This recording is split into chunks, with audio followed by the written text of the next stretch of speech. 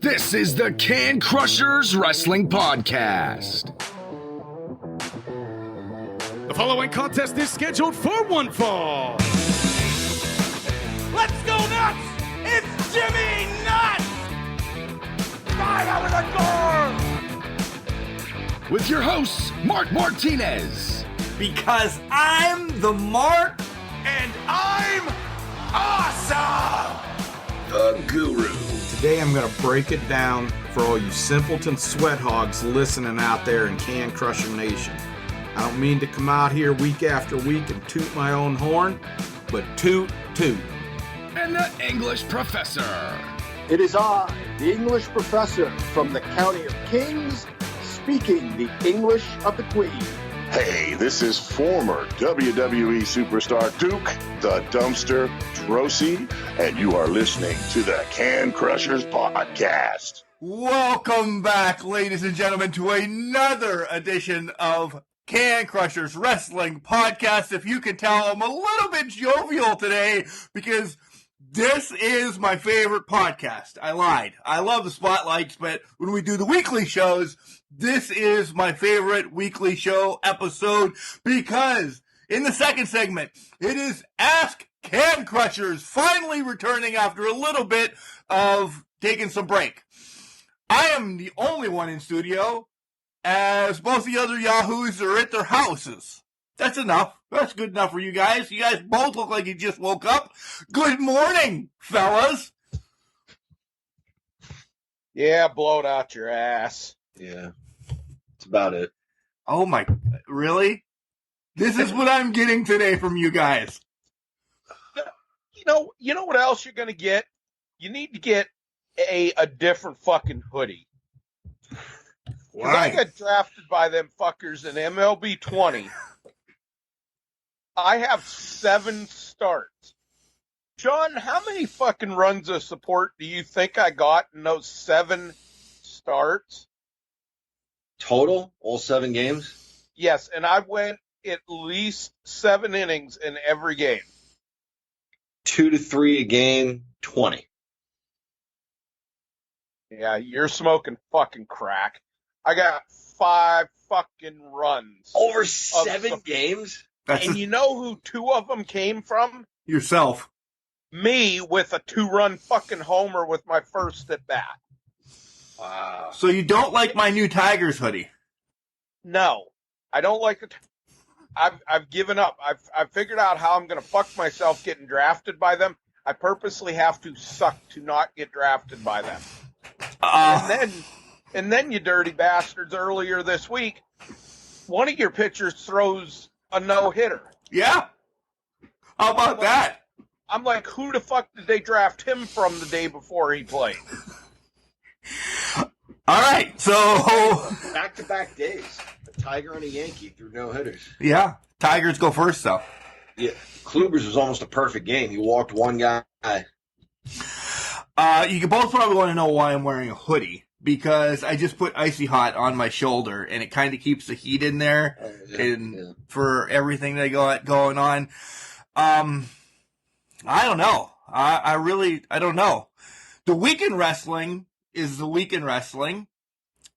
Ask Can Crushers is going to be fun. In our third segment of all our updates of what's going on in Love 'Em While We Got 'Em is going to be great. But this first segment might be a struggle for us, huh?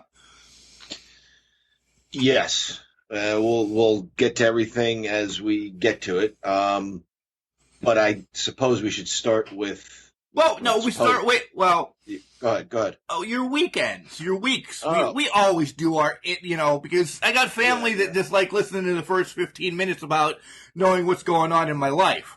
I've been anxious to get back to the movies, and I've read some reviews. I don't know that I want to spend the money. I'm going to wait till next week. This week I wanted to see The Unholy.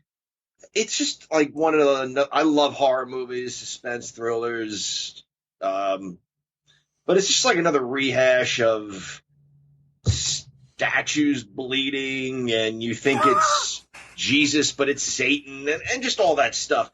But it got canned. I mean, just terrible reviews. I don't know if I want to go see that. But next week is the next installment of The Conjuring. which has gotten great reviews. I love that whole franchise, 7 or 8 movies, whatever is in it. So I can't wait for next week. That's what I'm doing next week. This week, tell you a little bit about playtime very quickly. I teamed up, follow the logic here, Andre the Giant with the black strap on, and Demolition Axe. Who can tell me why I created that? I should have saved this for Ask Can Crush, but we'll just get this out of the way right now. The machines. Who can tell me why the machines? Exactly. And I remember having this conversation with Mark. Andre was not a machine, though. It was a guy. Andre was not a machine. It was a guy in a mask. Right. I remember having this conversation with Mark about, like, can I double guys up? If I know somebody, we know somebody with somebody else, and I asked about, Skinner. Can he be Steve Kern? And you texted back, this was a while ago, it could be whatever you want it to be. And then, the machines with Andre and Axe, with the big rubber guys. Yeah, okay, that makes sense. And then I could tell where I kind of, not hit a nerve, but even Mark was like, no, there's a line here.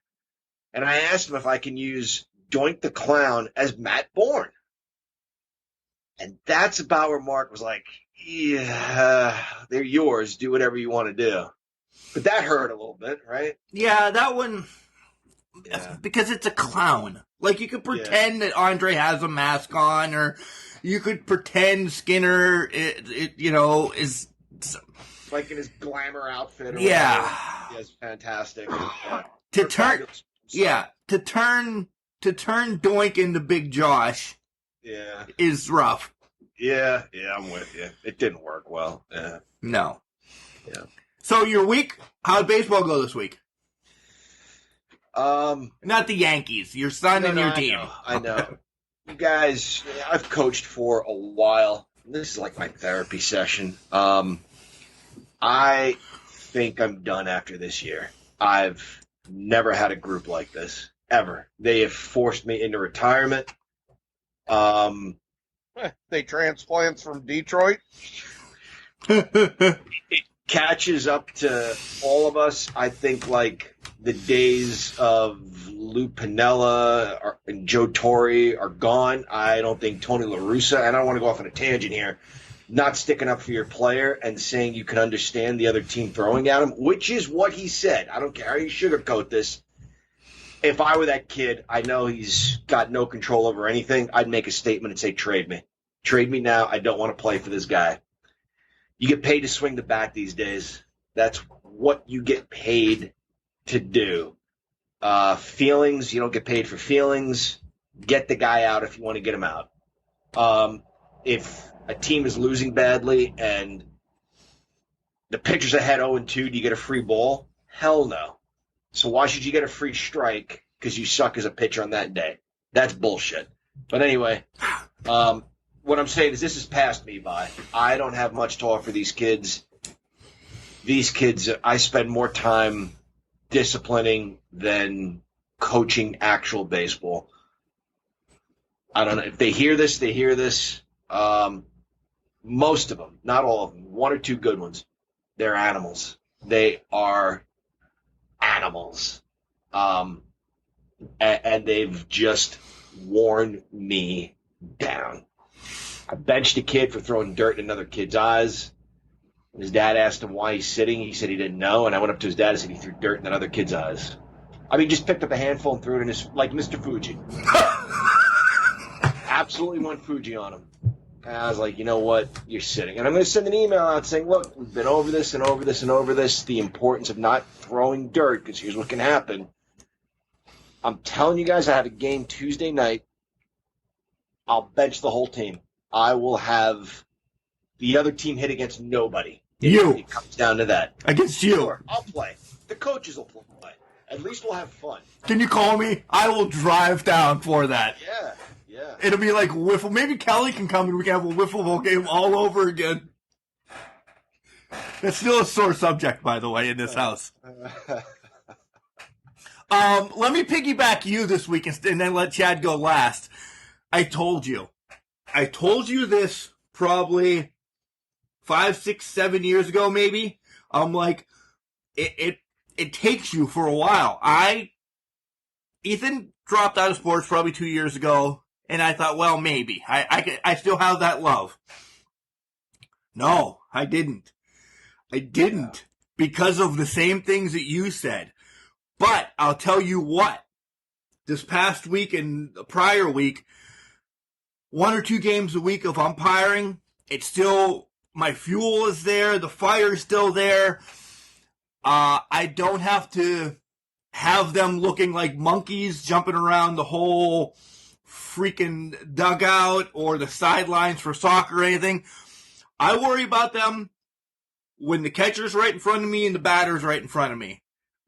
If a kid is standing on top of the plate, I'll be like, hey, little man, slide back a little bit. Or if the catcher's crowding the plate, I'm like, dude, I'll call catcher's interference. I don't care. It's more about your hand that I'm worried about. So little things like that, if they remember that, I'm still coaching. I'm still around the game, but I'm also umpiring. I don't have to do the practices. I don't have to do this. I don't have to do that. I'm there for 2.5 hours, and I check out. Yeah, some of the parents, what was a ball? Get your fat ass off of the bench, off of the bleachers, and come and do this. Nobody's knocking down walls or gates or anything to help these kids out. So I love going out there, the umpire still being part of the game. But it's that. Mark, don't you know that, the Billy Beans and Brian Cashmans are there, and if you call a strike 3 on a 7-year-old kid, that's it. His career's over. I know. Yeah. I know. I walked up to a visiting team, and I'm not going to say who it is. I walked up to a visiting team my first game back, and I'm like, hey, I've always been around the game. I haven't umped in 10 years. I said, this isn't MLB, right? He kind of gave me a cockeyed look because it was a backhanded slur right to him saying, this isn't going to be one of these games. My strike zone is pretty wide, first of all, because at that age, if they're not swinging the bat, they're not playing the game. At that age, I would rather have a kid strike out 100 times in 1 year in the 7 games that we play compared to 8 walks. Yep. Because it's not teaching them anything. And a 6-inning game will take 4 hours. Right. If your strike zone is, comparative to MLB. What it ought to be, or tighter at least. Yeah, a pitcher, kid that age, is consistently hitting his spots. It can't be a foot off the plate, but, a little bit wider of a zone to get kids to swing the bat, to build up a pitcher's confidence so he's not walking 20 kids in an inning. Absolutely with you on that. Yep. So, otherwise, I'm on drugs again, just to let everybody know. Nice. A week ago, I did something. This is my update. I did something at work. I felt a pull, a pop, a wiggle, something in my shoulder. And I thought, I'm 44. It was out Friday. I'm like, I'm 44. I'm just sore. Well, last Saturday I woke up and I don't know. I couldn't move my right arm. Whatever, cool. Shook it out. I put my little shocking system on it. Did everything that I know, dipped it in salt and hot sauce and, all the old-fashioned type of things or whatever. Heat, ice, all that. Nothing. All week, work. It's a pull between the shoulder blade, the elbow, and the bicep. In the morning, I look like, I don't know, a statue. Well, I'll just leave it like that so we're PC. Finally got to the doctor yesterday and gave me some muscle relaxers not yesterday, Friday. We are recording Sunday. I just misspoke. So they said, hey, if these muscle relaxers don't work, and it's a comp thing, of course, call back on Monday. You'll need to have, MRI and this, that, and the other thing. I'm telling you, it is like Mick Foley and Terry Funk are throwing chairs inside my bicep at each other. Wow. So you're like Tom Brady in the Royal Rumble when Terry Funk and Chainsaw Charlie. Yes. Cactus Jack beat the shit out of you. Yeah. Yeah. So it's just from shoulder to elbow. I don't know. Doc thinks it might be a severe pinched nerve, but muscle relaxers kind of kicked that out right off the bat, I would think. Yeah. This has been pretty much 2 days on them now, and the only thing they make me do is sleep. Yep. I know what you mean. So, yeah, your back is out. So we've talked a lot. Chad, are you going to join us today? Oh yeah, I was waiting. I didn't want to interrupt your thoughts on baseball. I agree with what you're talking about, the coaching, in that you got to get the kids into playing. You don't want them sitting there. You don't want them, wanting the back growing moss on their shoulders and shit like that. You want to get them active in there at this age. When they get older, when it gets high school and stuff and that, yeah, obviously, hey, learn the art of watching the pitch and stuff. But at this stage, you want them kind of, to me, I want to say you want them dabbling in a little bit of everything of the game. Yep. You don't want them trying to be one thing this way, one thing that way. I still say you got to toss some kids at this point. If they look at you cockeyed, you're out of here. I did have, let me jump on this real quick. I did have one kid, no disrespect, might not have known the rules of the game at this age, might be his first year or whatever. He swung at all three that were in the next area code, and then turned around and called me a melonhead for calling him out. So, like, they were legit. He would have had 3 balls on him because they were in the other batter's box. He looked at me, he's like, "You're a melonhead," and then walked back to the dugout when I said he was out. And I'm like, all right, whatever. Do you know when you're playing that team again, or when you're umping that team again? Yeah, I do. It's Tuesday. You know what you ought to do? Tuesday night. You got to go down to the grocery store and get some kind of melon and walk over and hand it to the kid. All right. That's just this week has been good. Just been a lot of listening to the couple of new podcasts that we'll talk about that have come up the last couple of weeks. Just chilling, taking it easy, enjoying the really nice weather, and being a bum as usual. John, you were starting to say something? Just that kid's coach needs to hear what happened, I think. Just not even for disciplinary measures, not that your feelings are hurt or anything, but his coach needs to know so that he can explain to his kids, all of them, not just that kid, hey, look, you don't argue with the umpire, you don't call him names.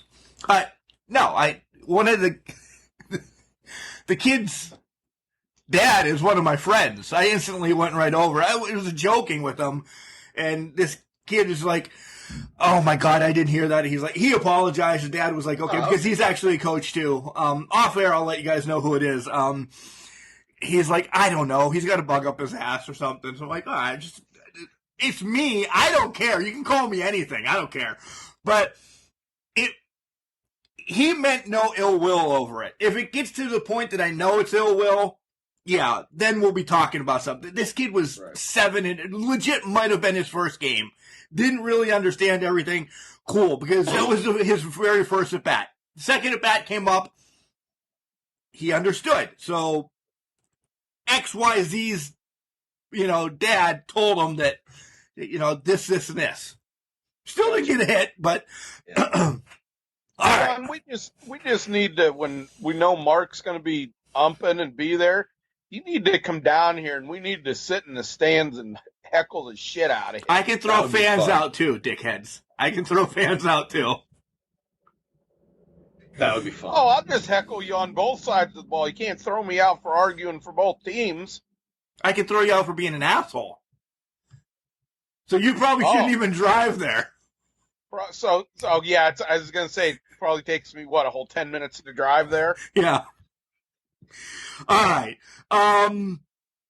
Let's move on to wrestling. This week it is a rough week in wrestling. Let's just start like this. In this past week, we had a death, Don Kernodle. Everybody remembers Don from the NWA days, Crockett days. Ended up taking his own life. Chad? This one, obviously he was more active when I was a lot younger, with the Russians, with Ivan Koloff and Nikita, Sergeant Slaughter, Sergeant Slaughter and him versus Jay Youngblood, Ricky Steamboat. This one kind of just, I want to say it hurt, not like when the Animal passed away or Shad Gaspar, but this one was different for me because when my oldest brother Justin was getting ready to go in the military and do his stuff, the last thing that he did before he went in the military, and this meant a lot to a little kid like me, he got wrestling book for me, and it was reviewing the Don Kernodle, Sergeant Slaughter, Jay Youngblood, Steamboat Steel Cage match. So this instantly brought me back to then. As someone who has fought the Depression battle in that, this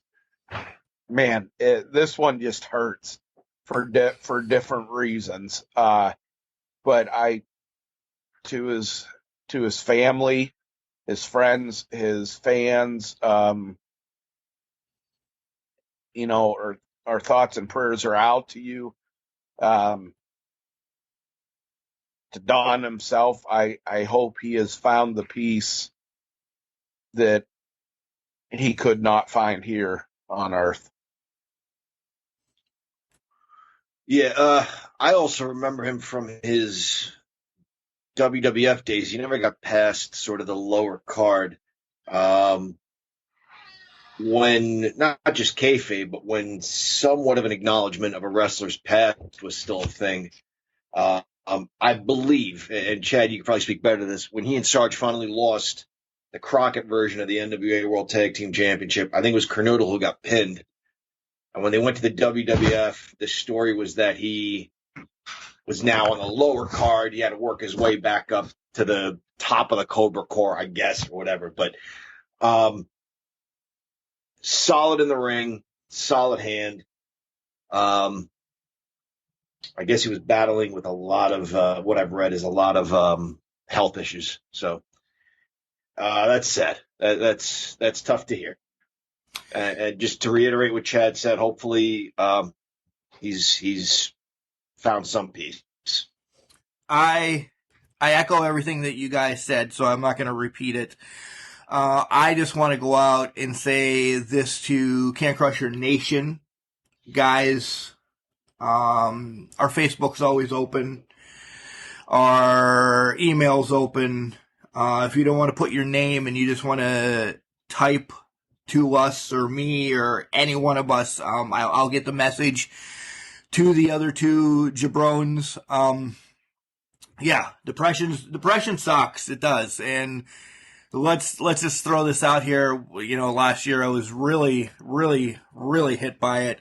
It's people like John and Chad and other friends that, I was told one time they'd rather sit up with me at 3:00 in the morning watching me cry or talking about nothing than sitting at a funeral. Or, the wording of that's not right, but, this is coming from my heart.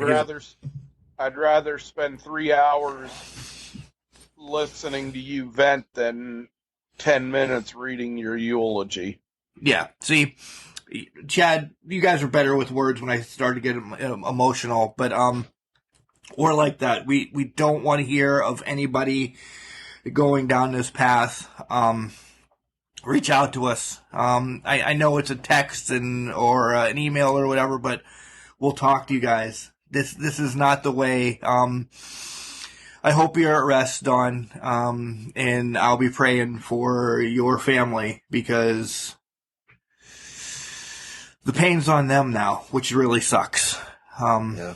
So I want to throw something out to anybody out there, Can Crusher Nation and that.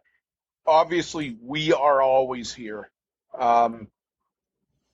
If you want to, there is online help available, help.com, HELP.com. Video consultation and that with an actual person. It is very, very, very inexpensive. Is a little help out there. I know we don't talk about this person as least amount as possible, but there is a code from another podcast that you can use for 10 to 20% off of your session. JCE. So it'll be help.com/JCE. Take advantage of it, people. I don't care. This is my soapbox. I don't care what it takes for you to not exercise what you think is the only option. You think of your kids, your pets, your mom, your dad, your brothers, sisters, cousins, uncles, whatever, friends,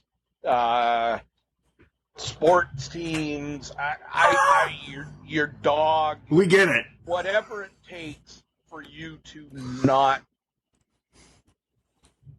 do that, do it. I just don't care. Whatever it takes.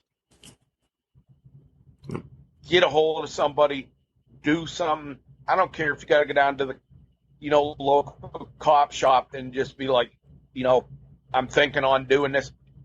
Do something, because it is a final decision to a temporary problem. Yep. Couple others we want to talk about. On the 17th, it was 1 year that Shad Gaspar passed away in his heroic saving of his son. So, we talked last year a lot about Shad when this happened, so we're still cheersing him. And today is 22 years Owen Hart passed away on that tragic day. And this is where I'll jump in before I let these guys talk. Guys, if you have not listened to any of My World by Jeff Jarrett, this week he released an Owen Hart tribute. Talks about everything we know for the first hour and a half, 45 minutes. But the last half an hour, 45 minutes, guys, make sure you have your tissues, your Kleenexes or anything, because if you had been driving by me in the garbage truck, you would have saw me bawling. Jeff opens up. He cries. It made me cry. We talked about Jarrett recently on the show. Love him while we got him. Have him for John's sake and purpose. This one was tough. This one was really tough.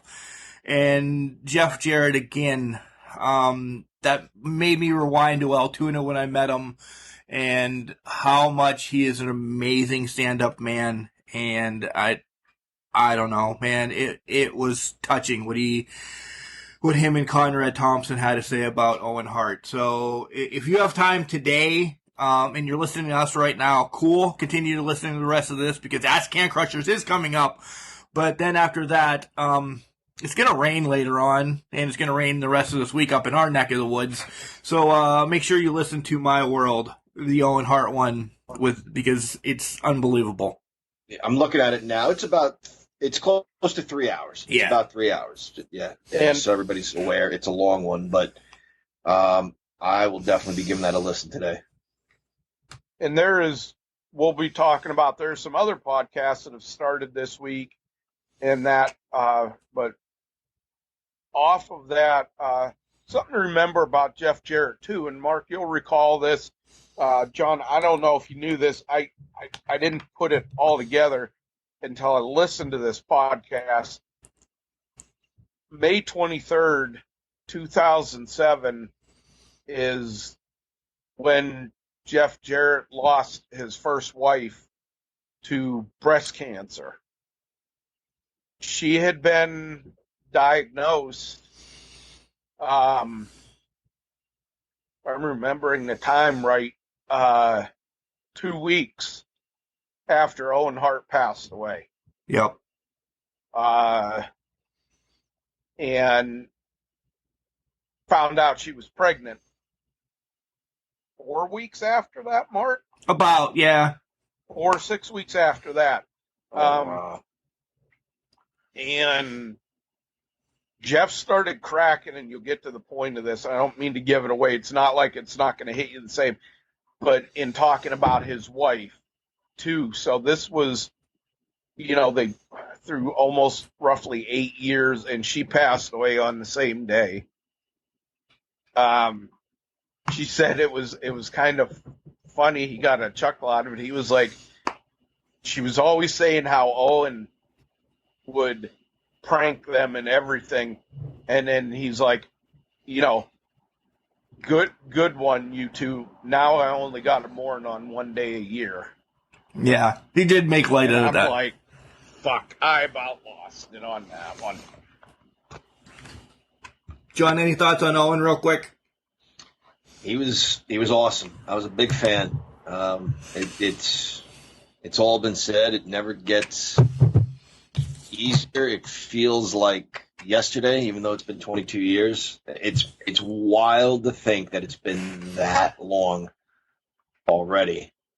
And we've talked about him before. I just want to reiterate when they did the Dark Side of the Ring, right? They did an episode on him. Yeah. That's what it was.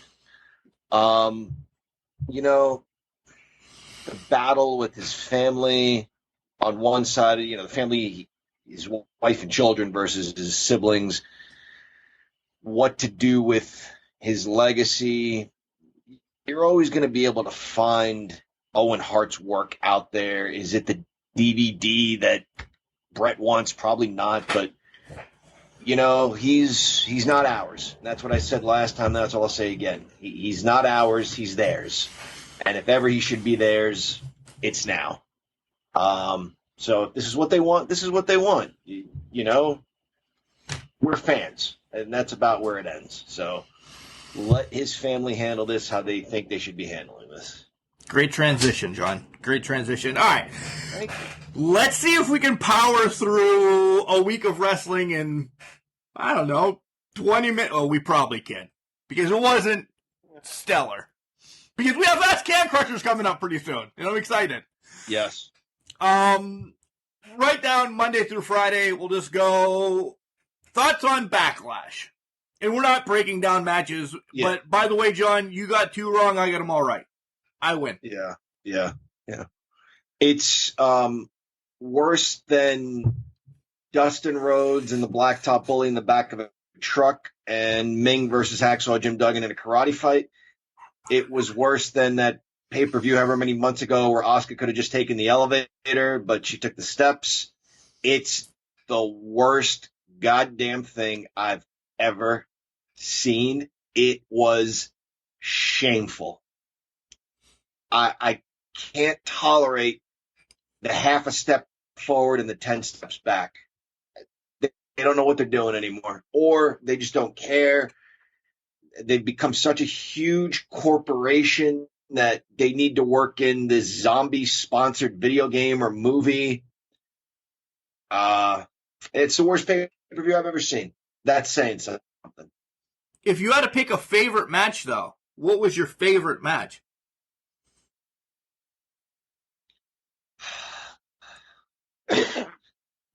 Roman Reigns can work. I think the guy gets a bad rap. He's better than what maybe some people think. That's about what I got out of this thing. Chad? Oh, how many comparisons can I have here? this was so shitty they could have crapped through a fucking screen and not touch the sides. This was, I'll tell you, and this will really drive it home how fucking bad this pay-per-view was to me. And I'm going to say, yeah, the Roman Reigns match, for the I don't want to, the brutality of it, the, you know, big guys and the shit that they were doing, that was, I think, the best match on the card. Other than that, the drizzle and shit, this fucking actually made me, I never thought anything could be worse than a fucking Kenny Omega and Young Bucks matches. You know, I thought they were like only one step above worm shit. This fucking thing is into the core of the earth. It's so fucking bad and so blow. To cleanse my palate, I had to put on AEW and fucking watch Omega and the Young Bucks. So this zombie shit.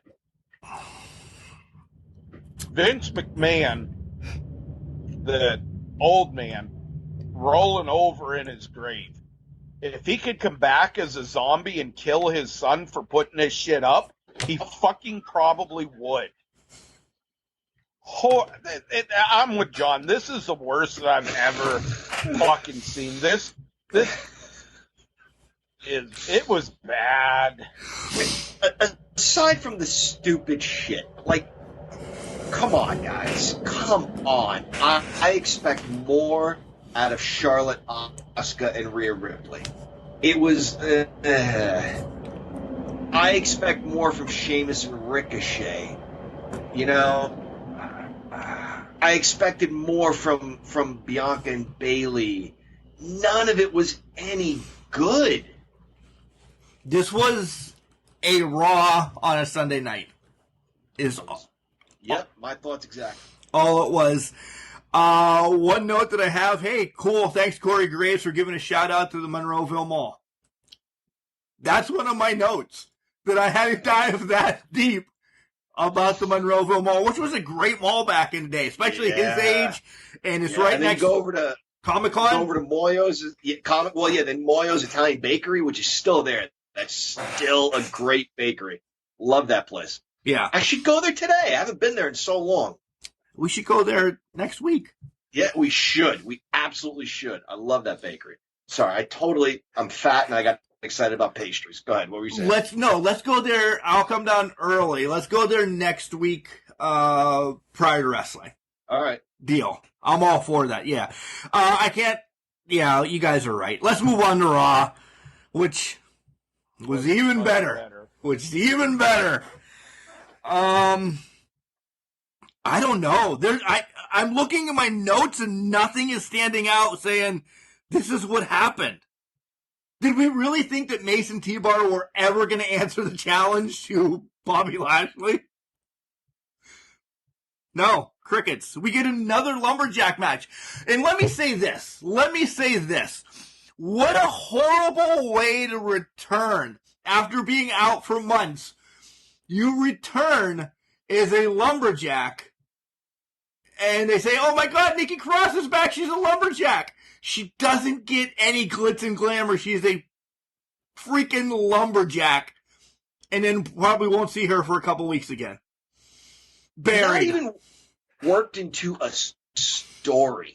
You know what I mean? There'd have been a time where Mr. Perfect is that, there were special guest referees, secret referees at WrestleMania 10. It's Mr. Perfect, and the crowd pops.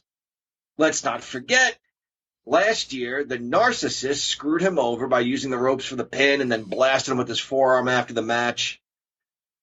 He disqualifies Lex Luger, so they do like a switch where now Mr. Perfect's the villain again. You guys, you know what I'm talking about. My point is, you bring somebody back in a lesser role, not a surprise tag team partner, but they're a surprise lumberjack, a surprise referee. Do something, like make us care that this person is back. You just, oh yeah, hey, there she is. Oh, okay. And to your point, Mark, there's no indication we'll see her again. None. We did get this return. Go ahead. Her fucking return in this match, I'm going to equate to the night before. Who returned to the WWE in the fucking zombie match? I don't remember. I totally forgot it because I wanted to forget the whole fucking pay-per-view.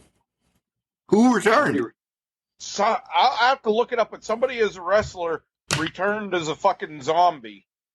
Oh my God. Oh. I didn't know that. I figured they were all maybe indie stars or guys getting a cup of coffee, as they say, but I didn't know, like, some of them were, former WWE wrestlers. Some of them were NXT wrestlers, and one was a wrestler coming back after injury. I just can't remember who it was offhand. Neither do they. We do get note on Monday night that Miz has torn an ACL and will be on the shelf. Legit injury for a while. Probably got eaten, I would imagine. Right. He should be dead. I know. How does he come back as the Miz? I'm going to say this, and I don't mean to be. I don't wish ill will on anybody in wrestling. I don't want to see people get injured and, lose time in their career and stuff like that. But my first thought when I heard that he got injured in that match, good for you, motherfucker, for doing the match. Yeah. Good for you. The thing with Rhea Ripley, chunking Becky Lynch's neck a while ago didn't go over. This fucking zombie match didn't go over. So maybe some time off. Shayna Baszler? Yeah. Shayna Baszler. Shayna Baszler, sorry. Yeah. No, I know what you mean.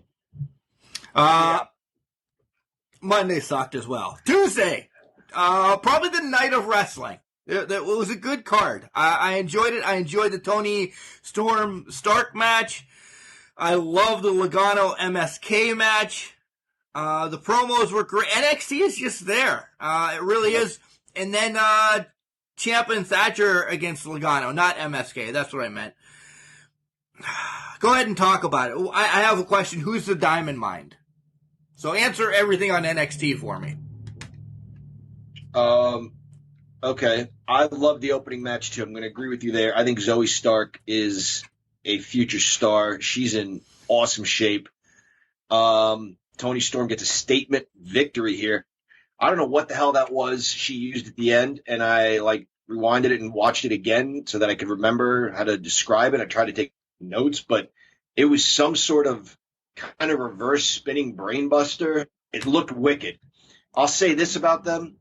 They looked dangerous and safe at the same time, if that makes any sense. Like, the moves looked wicked where you're like, oh my God, she killed that girl. That's it. It's over. But at the same time, they looked so safe that as a fan, I wasn't I was calm. I was enjoying what I was seeing. I wasn't anxious because I thought somebody was going to get hurt. They looked like two professionals, and it was an awesome match. The cage match at the end is one of the best I've seen, period. But also considering the circumstances of what you can do in a cage match these days, I'll say it every time I know I'm a mark. I think Brett and Owen wrote the book on having a match that is not a bloodbath, where you use more drama and more psychology. That's what these guys did. Also, every single spot was for a reason. They worked up to it. It wasn't just, I'm going to pick this guy up because I'm big and strong, climb the ropes, and powerbomb him. No, it's Gargano trying to get out, and it's, what the hell is that? Reed. The Australian guy. Reed, thank you. It's Reed getting under him and powerbombing him off. All the escape attempts by Gargano, all the interference by Austin Theory. Great psychology to where you're thinking, shoot, he's going to cheat to win. Oh, no, wait, Reed's going to win. Good back and forth stuff. Solid card, start to finish. I could have taken or left Killian Dane and Alexander Wolf, but there was a betrayal, which I guess is now a story. But good card, man. Good card. NXT brings it every single week. which is why we break it down match by match. We have other stuff to get to this week, but solid card. Chad, what was your question? Who's who? We'll get to that. I'll save it. Okay. Great women's match, Tony Storm. They looked very fluid. That was my one thought that was going the whole time.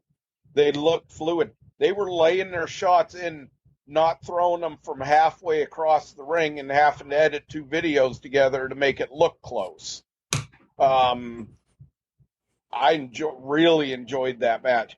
The cage match and the NXT North American title, I thought was a really fucking good match. I would like to say I would have rather have seen this match on the pay-per-view. It might have helped it come up to a quarter of a star, but great match. I thought it was a good show all around. My favorite was still, I love the cage match. Echo everything you guys said. Apparently I'm going to echo. That's the word of the day for me, echoing what you guys say. Ciampa and Thatcher against Logano, wonderful match because with MSK being the champs, there's a team there waiting to see who gets the number 1 contendership. Grizzled Young Vets come out and cause a disturbance, which we said last week we want to see more of them and Thatcher and Ciampa together, so we're going to get it. Logano and MSK is going to be a freaking barn burner. So that match has 8 other matches involved there some way, building something with every tag team. Perfect there. Transition over to AEW on Wednesday night. I don't know. It was one of their tape shows. First off, you can always tell the tape show because they don't know a match is going to happen, but as soon as the match is over, they have their graphics set up and boom, they're ready to go for the following week. That's the way I can tell it's a tape match. Britt, again, can we pat Britt on the back anymore? We consistently always say how awesome Britt is. I don't know. I really enjoyed the Red Velvet and Serena Deeb match because Serena had a different attitude. Anthony Ogogo just does nothing for me. Not a damn thing. I thought Austin Gunn was Billy Gunn for a second because Billy Gunn still looks in phenomenal shape and still looks young. They look like brothers more than father and son. Yeah. I think that kid's got a bright future. I really do. I thought his father was very good. I think this kid's going to be really good as well. Obviously, he's just there to kind of get punched in the stomach and spit blood. But, that match kind of served its purpose. To your point, Mark, Serena Deeb, Red Velvet, very good match. Maybe the match of the night. Hikaru Shida versus Rebel just kind of, again, served its purpose. It was to get Britt Baker involved there. You praised her. We always praise her. I love Moxley and Kingston as a team. I do. I hope they're the next champions. I agree. I think they will be. And what I like about AEW is, like NXT, there's just a few championships. It's like what WWF was back in the day. They had 3 titles, and that was it. And can you win any or all or some of those 3 titles? You know, you have Moxley's a former world champion and will likely be a tag team champion here soon. And I like Christian Cage. I don't know if he's grown on you yet, Mark. Not yet. I thought it was a good match with Matt Sydal. I do. It was one of, I said solid match between these two. He's just missing something of Christian right now. I don't know if and I know they're just building him up and he's been off for 7 years or something. There's just something that doesn't, I love him. I've always loved him. I love him as a peep. I loved him as in the Brood.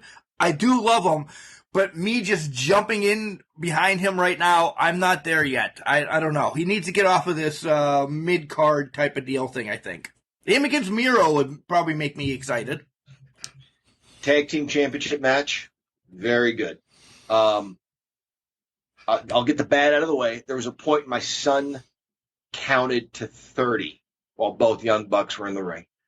And that was at a point where he was like, boy, they've been in there a while. Let me start counting now. So maybe they were in there 30 seconds already. However, they've toned down the super duper flippity high spots for no reason.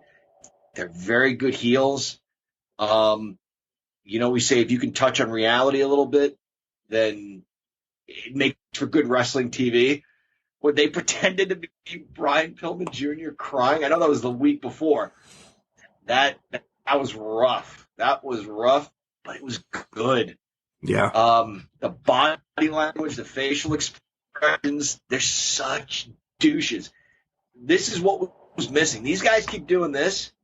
If Chad could reach through the screen and punch me, he would.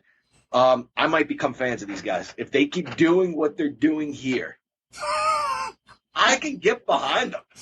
I enjoyed this match. Yeah, I can get behind them like a robber gets behind somebody with a fucking gun to their head. Wow. Not a fan. I like in the weirdest, most off sense of the word. I like this part of them better than I did before because they're not badasses. They're dickheads in every way, shape, and form of the word to me. But they're playing more of themselves. Ego-driven dickheads. Same with Omega. Ego-driven dickheads.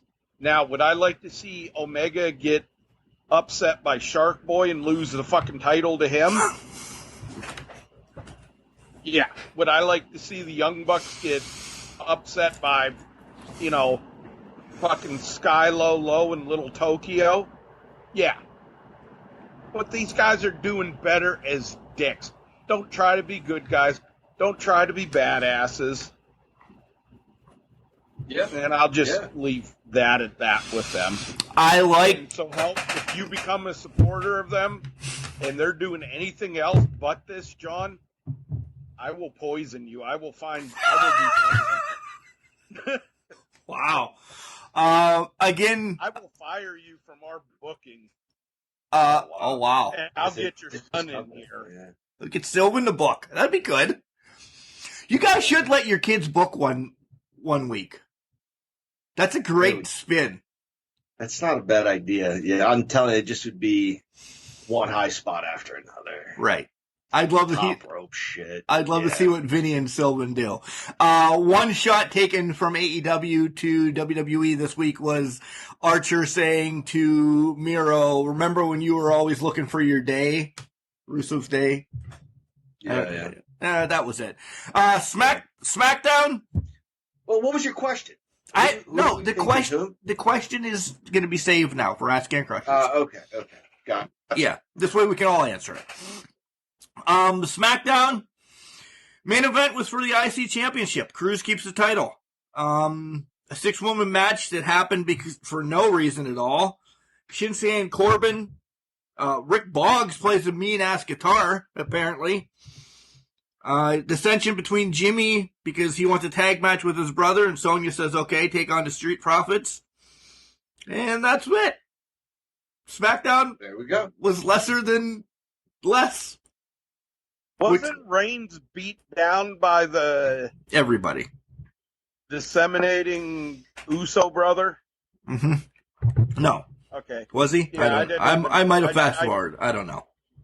They lost me after they had the 80 women tag team match that fucking Stevie Wonder could have seen coming. Yes, exactly. Hey, did you see what's coming? Collar and Elbow released some new merch. Head over to collarandelbow.com. They got some Matt Cardona shirts now available. They have like 2 or 3 new shirts up on collarandelbow.com. So go check them out because they also have hats, hoodies, tees, vests, eye patches, masks. No snowshoes, no Depends yet. A lot of cool stuff. The apparel is amazing. I'm not going to lie, you guys know I have my Detroit Tigers hoodie on right now to keep the old icy hot on the arm, which is fantastic. It's burning like a son of a bitch right now, which means it's working. My arm's loosening up a little bit today, so that's good. You guys like collar and elbow, don't you? We absolutely do. I wore my Shad Gaspar shirt this weekend. Oh, fitting. Yeah. Fitting. We have a promo code, though. If you guys are out there and you want to head on over to Collar and Elbow and buy some of this cool stuff, Chad, what exactly is that promo code? Can Crushers, all one word, capital C in can, capital C in Crushers. Mark, how much does this give us discount? 10%. You save 10% when you use that code. And John, you're a stickler for these two things, so it's essentially what? Either or. It's either shipping on that order, which if you want it in the immediate satisfaction, or you can count it as maybe parking. If you go to a baseball game and you want to park close, you think, I don't want to. But you know what? I saved all that money using the Can Crushers promo code. I'll pay for parking here. It's like the Can Crushers pay for my parking. Yeah, we're paying for parking. You know what we're paying for next? Nothing. Because you guys are bringing the questions when we come back with Ask Can Crushers. Wrestling. A love and a passion we all share. I've started a wrestling brand. The wrestling brand. A brand founded on the aspects of wrestling. Two entities working together to create a product that connect emotionally for people everywhere. Collar and Elbow is the brand. Passion and love for wrestling is the drive. I am Al Snow, and this is Collar and Elbow, the wrestling brand.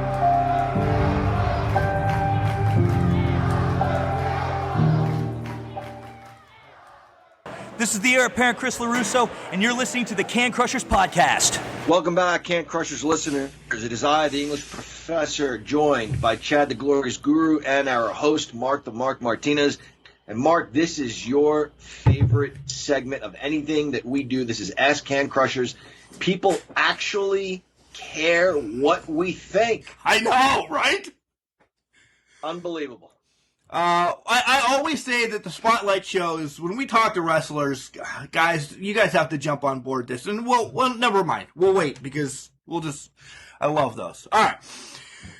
Here we go. Ask Can Crushers. We got about 15 questions. These two jabrones are going to throw in a question as well. And I have that one that I teased during the last segment that John still doesn't remember. But let's start with Russ from... Well, hold on. No. Hold on. I got to throw one of the questions out already. So listeners can't see this. John and Mark can verify. There, I threw it out. It's from fucking Pat Lupino. Fuck Pat. He's not getting his question on. Oh. Forget him. All right. Well, we have 14 questions. No, I'm kidding. All right. This one is from Russ from Plum, PA. So that's down around you. Oh, the kicker. That guy I hate on NXT, the kicker for the McAfee. Colts. McAfee. He's from Plum, PA.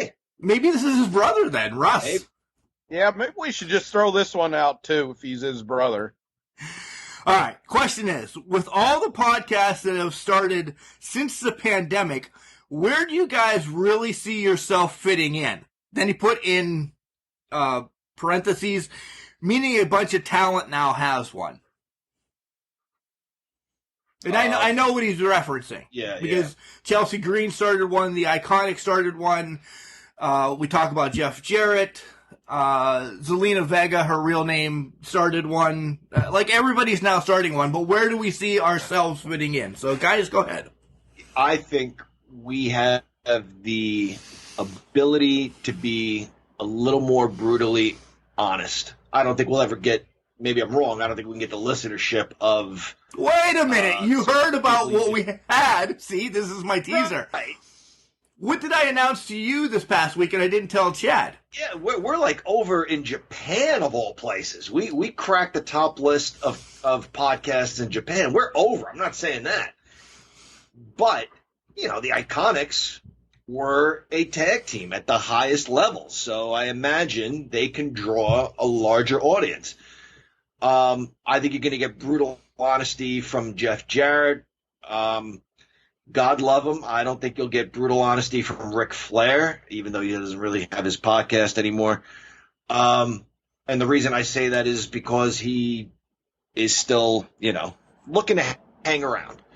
I'll just keep it, put it that way. But I don't think you can get the honesty that you get here because we know we're not getting jobs with WWE or NXT or AEW or anything like that. I'm not, probably. Some of these people that are out there probably want to measure their words a little more carefully because they can go work for one of these people someday. Chad? I'm going to tag along a little bit on what John said. We're going to be a little bit more honesty because we're not attached. We don't have, well, we do have, grandeurs of working in one of the major federations and stuff like that. But, we're not tied in. We're not, if we say something bad about WWE, they're going to pull our funding and it's going to fuck us up, screw us over. We're not in that. We're fans, so we're looking at what we're enjoying, what we're not, and we're being critical of it, one way or another. The other thought, as far as, the other ones, everybody's starting them up, Chelsea Green could walk back and forth for an hour and draw as many fucking people on there as she wanted. Oh my God, how gorgeous is she? She doesn't have to say a word, just have it fucking muted. Anyway. I echo what these guys are saying again. Thoughts overall, I'd love to work for any of them. Honestly, even WWE at this putrid time, they call me and say, hey, Mark, you want to be a backstage announcer? You want to do something in media or something? Yes, I'm going. Sorry, guys. AEW would be the second that I'd want to go to, honestly. Not WWE being first. NWA is where I'd want to go. So I'd love to jump on board with NWA, but that's just my thoughts. But where do we see, just like these guys said, we get to tell you how wrestling fans of, God, guys, it's 40 plus years now of all of us being wrestling fans. I mean, we're critical if we don't like it. Look, back in the day, we would have covered that horseshit pay-per-view match by match, hold by hold. We just told you we fucking hated the match. We hated the whole card. And we moved along. We don't have to spend time on crap that we don't like. We've always talked about we're not going to cover WWE because it's just horrible. That's a lie. We're going to cover it. It's wrestling. I'm still going to watch it. I'll make these guys say something about it all the time. And I do make them. Even when they say they don't watch it, I pull them in to say, what do you guys really think about Roman? Oh, I did read this or something. So it's not that we're not keeping our eye on WWE. We're just not invested as much as we used to be in that brand. Long-winded answer. We fit in because we're legit diehard fans. Everybody in wrestling, as a fan, takes a moment off. But, John, you're sucked right back into the organization, the business again. You love it. After, about 10 years off, right? Yeah. About, Chad, you were stationed all over the world, so you really didn't have the eyes on it for a while. You would be surprised, Mark. I actually got to watch, even when I was in Greenland and when I was in Iraq, I got to watch the wrestling. We actually got the pay-per-views in Iraq. All right. Well, there you go. Wow. We just tell it to you like we want to tell you. That's where we fit in. And we're not going to pull punches. We love what we do. Like it is, big man. Jesse Ventura for you. I was Jesse Ventura one year for Halloween. Yeah, you were also Jinder Mahal for his family. Yeah, we know how that one worked out. For his one year. for his family. So, Russ, that's where we fit in. Listen to everybody's podcast, man. Like, there's times I hate music right now. And it's not that I hate music. You have to take a break from everything at some point. Music is now on my back burner. I love podcasts. I want to hear stories. And they're going to have more stories about being in the business. We're going to have stories about the business. Right? Sure. Yeah. Yep. So, Russ from Plum, I hope you're not related to Pat McAfee, but thanks. This one is from Gabe from Durango, Colorado. I don't know Durango. Okay, I don't know where the hell that's at. Somewhere in Colorado. Chad has talked about a merger for close to a year now. With things opening back up across the country, do you think it's time, or will the companies now pull back and do their own thing? Chad, this is directed at you, so you go first. I still think it's happening. And to tie right into this, good question. Don Callis is no longer in a not ownership, but writing spot in Impact Wrestling. So with him not being in that, does that not lead that the actual owners and stuff like that are working with the other federations, working with New Japan, working with AEW, working with AAA and everything? I still think I think Impact is going to be absorbed into AEW. I think the NWA is kind of going the same way. Chad, are you in a haunted house this week? No, I'm sitting downstairs, so I'm not as disturbing to the others in the household as I normally am upstairs. Jesus, it sounds like you have ghosts walking around. Well, I have about a 4-month-old puppy that, sounds like a fucking raging bull going through the house. Manny Fernandez is at your house. That's awesome. I have the Undertaker at mine. I didn't know how to translate away from a Manny Fernandez comment on there, so yeah. Sean, what do you think of this question from Gabe? Chad pretty well covered that. The evidence is there. It's kind of the direction in which they're heading. And I think it's the right move. Not even necessarily to compete with WWE. I don't even think they care to compete with WWE. They'll take the shots at them on AEW.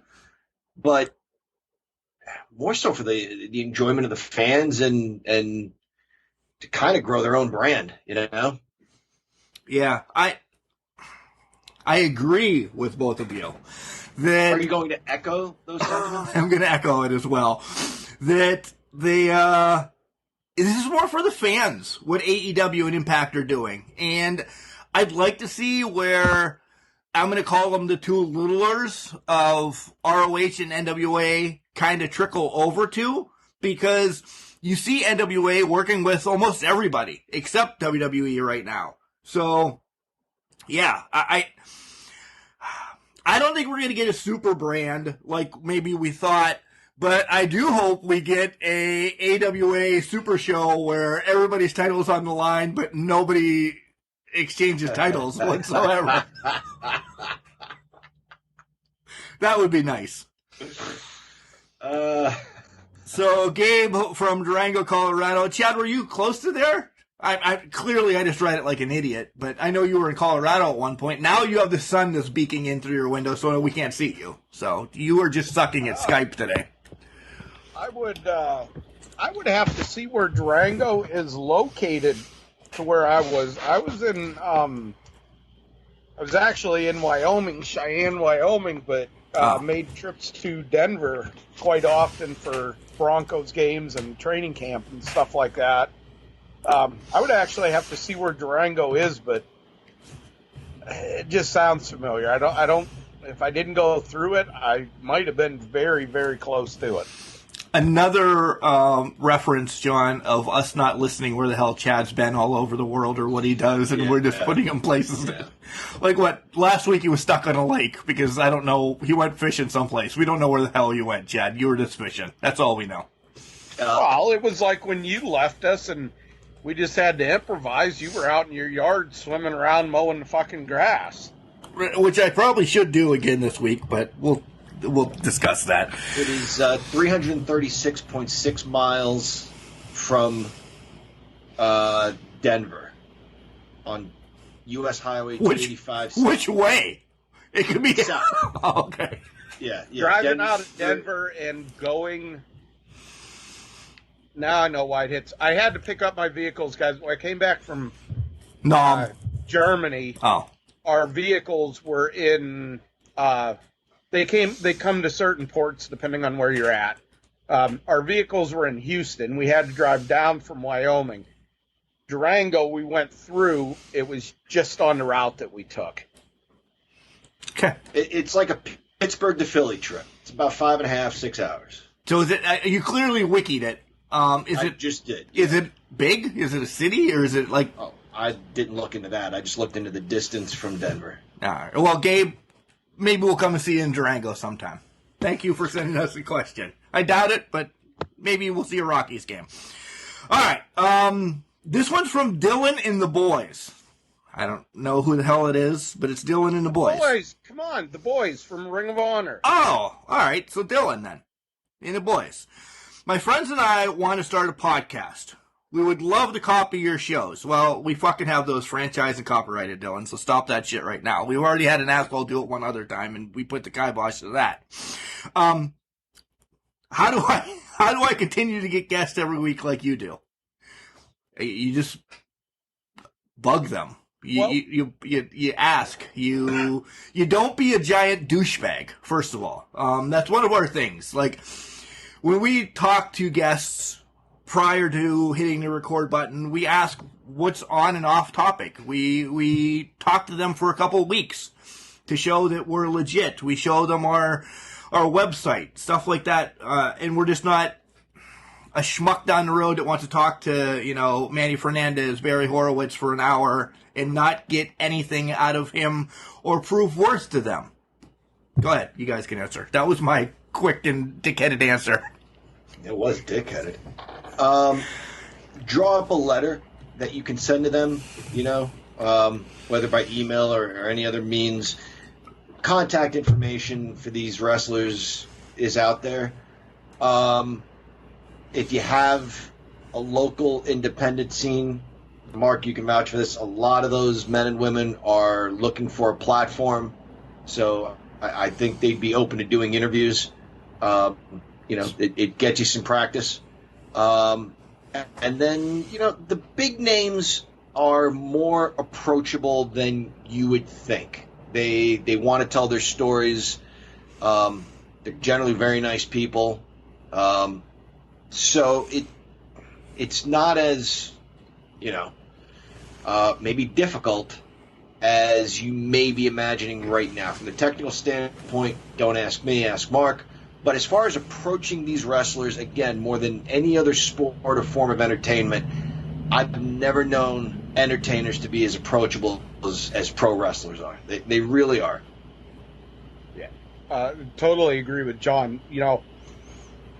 Especially nowadays, your independent wrestlers, your independent organizations, if they get their name out by you doing an hour interview with you or something like that, approach them. You can't be shy about it, but don't be a dick. Don't be, Mark, like, hey, bitch, you want to get on my podcast? I have never said that to anyone. You said that to Jackson Argos before. I didn't call him a bitch. I might have called him a bastard. Ah, okay. No, I mean, in all seriousness, just, get it started. I would say before you try contacting a lot of people, get your thing started. Get some under your belt.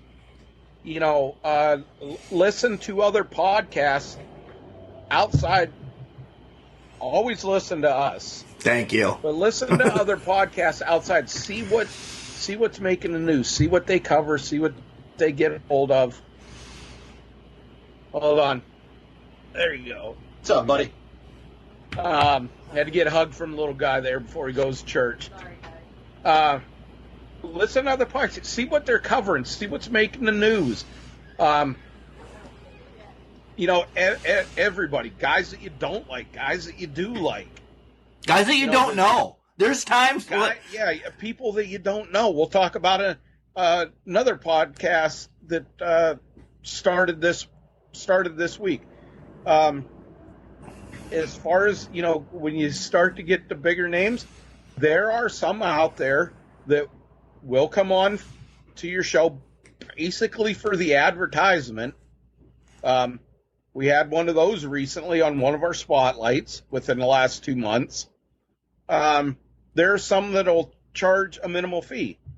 You really think about it, you're pulling somebody from, Ricky Morton will do podcasts as his time allows. He'll do as much as he can.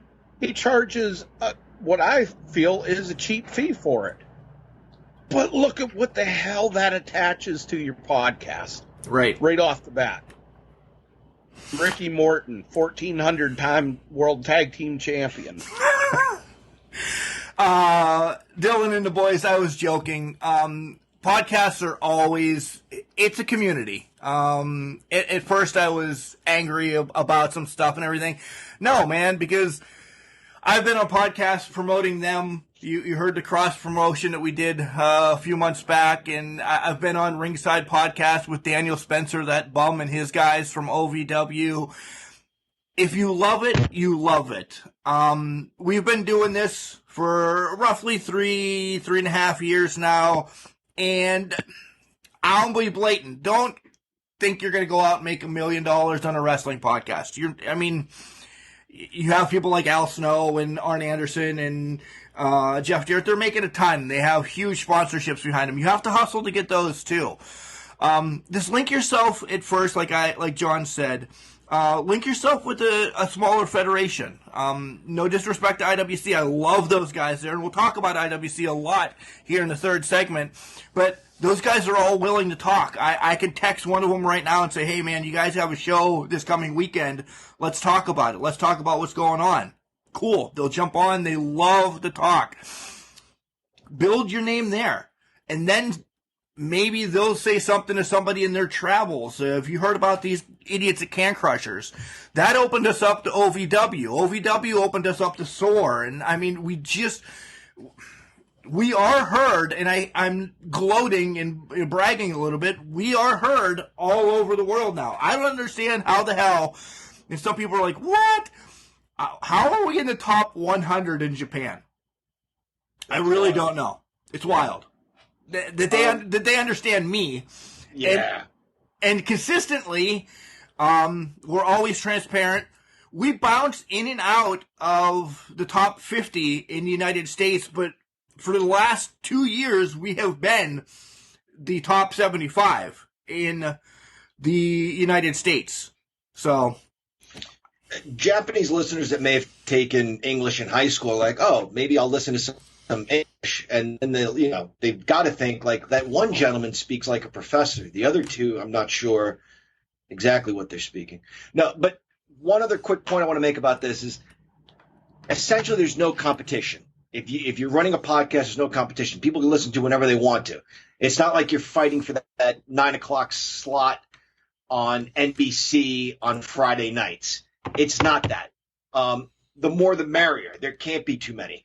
You find your favorites and you listen to them whenever you want. It's not like you have to, and that's how a lot of media works. That's how a lot of TV works today. There's a thing called DVR, Mark. You don't have to watch stuff live. All right. So, yeah.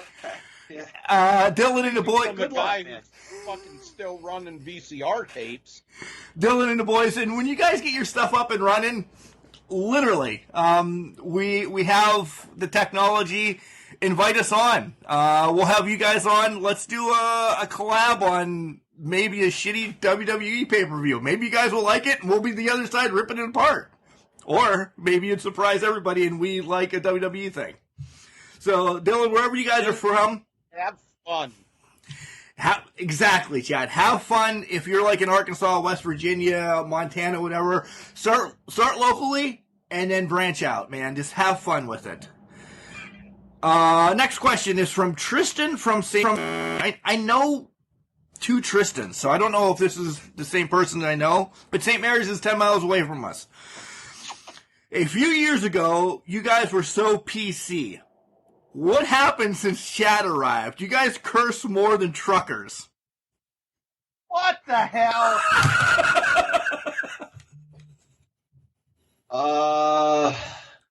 Chad arrived. Loosened everything up, I guess is the quick answer to that. I try to reserve them for when I really mean it. When I have no other words left at my disposal. Yeah. I think, we said earlier we try to be brutally honest.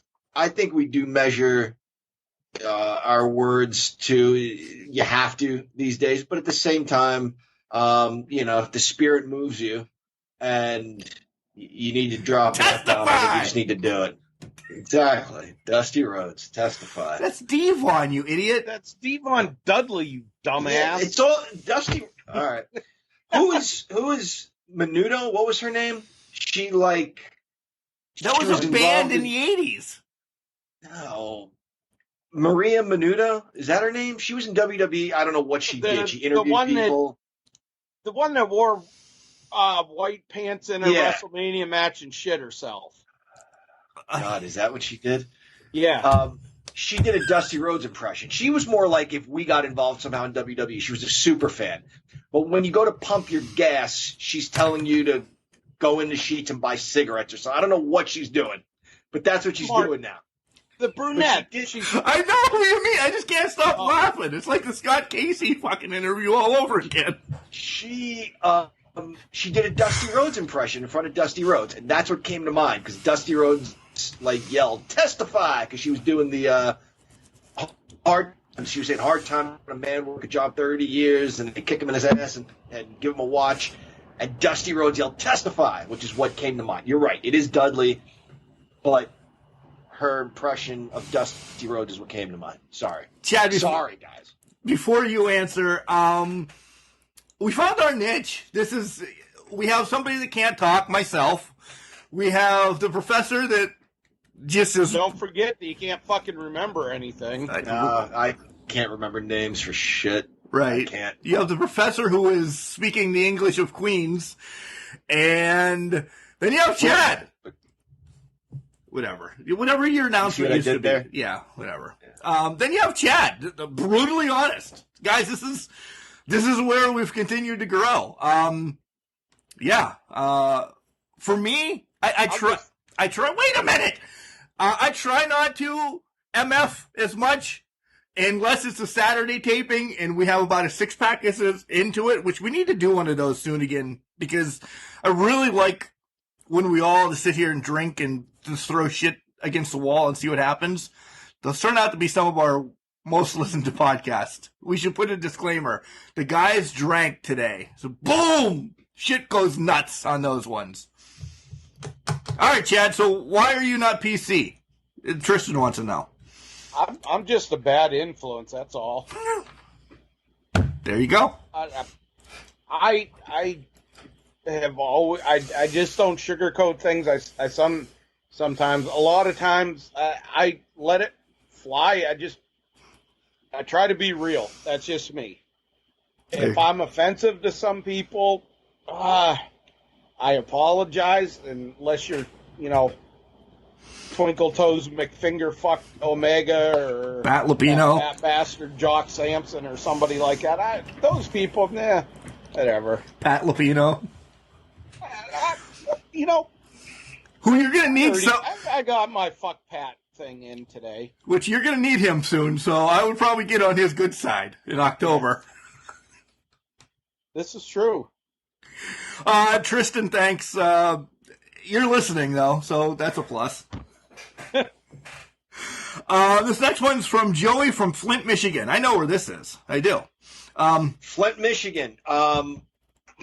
Danny Spivey beat the life out of Adrian Adonis in Flint, Michigan. True story.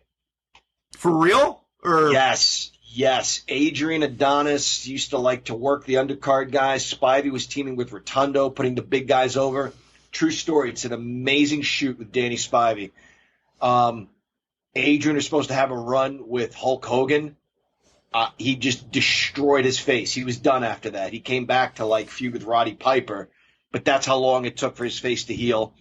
Stud and Bundy got all of Adonis's whatever you would call them, slots with Hulk Hogan, matches with Hulk Hogan. He says they didn't give me any money, but they were sure to thank me because they got all those paydays. Was that WrestleMania 2 time then? About that, yeah. Right around this time, shortly after May, June, yeah.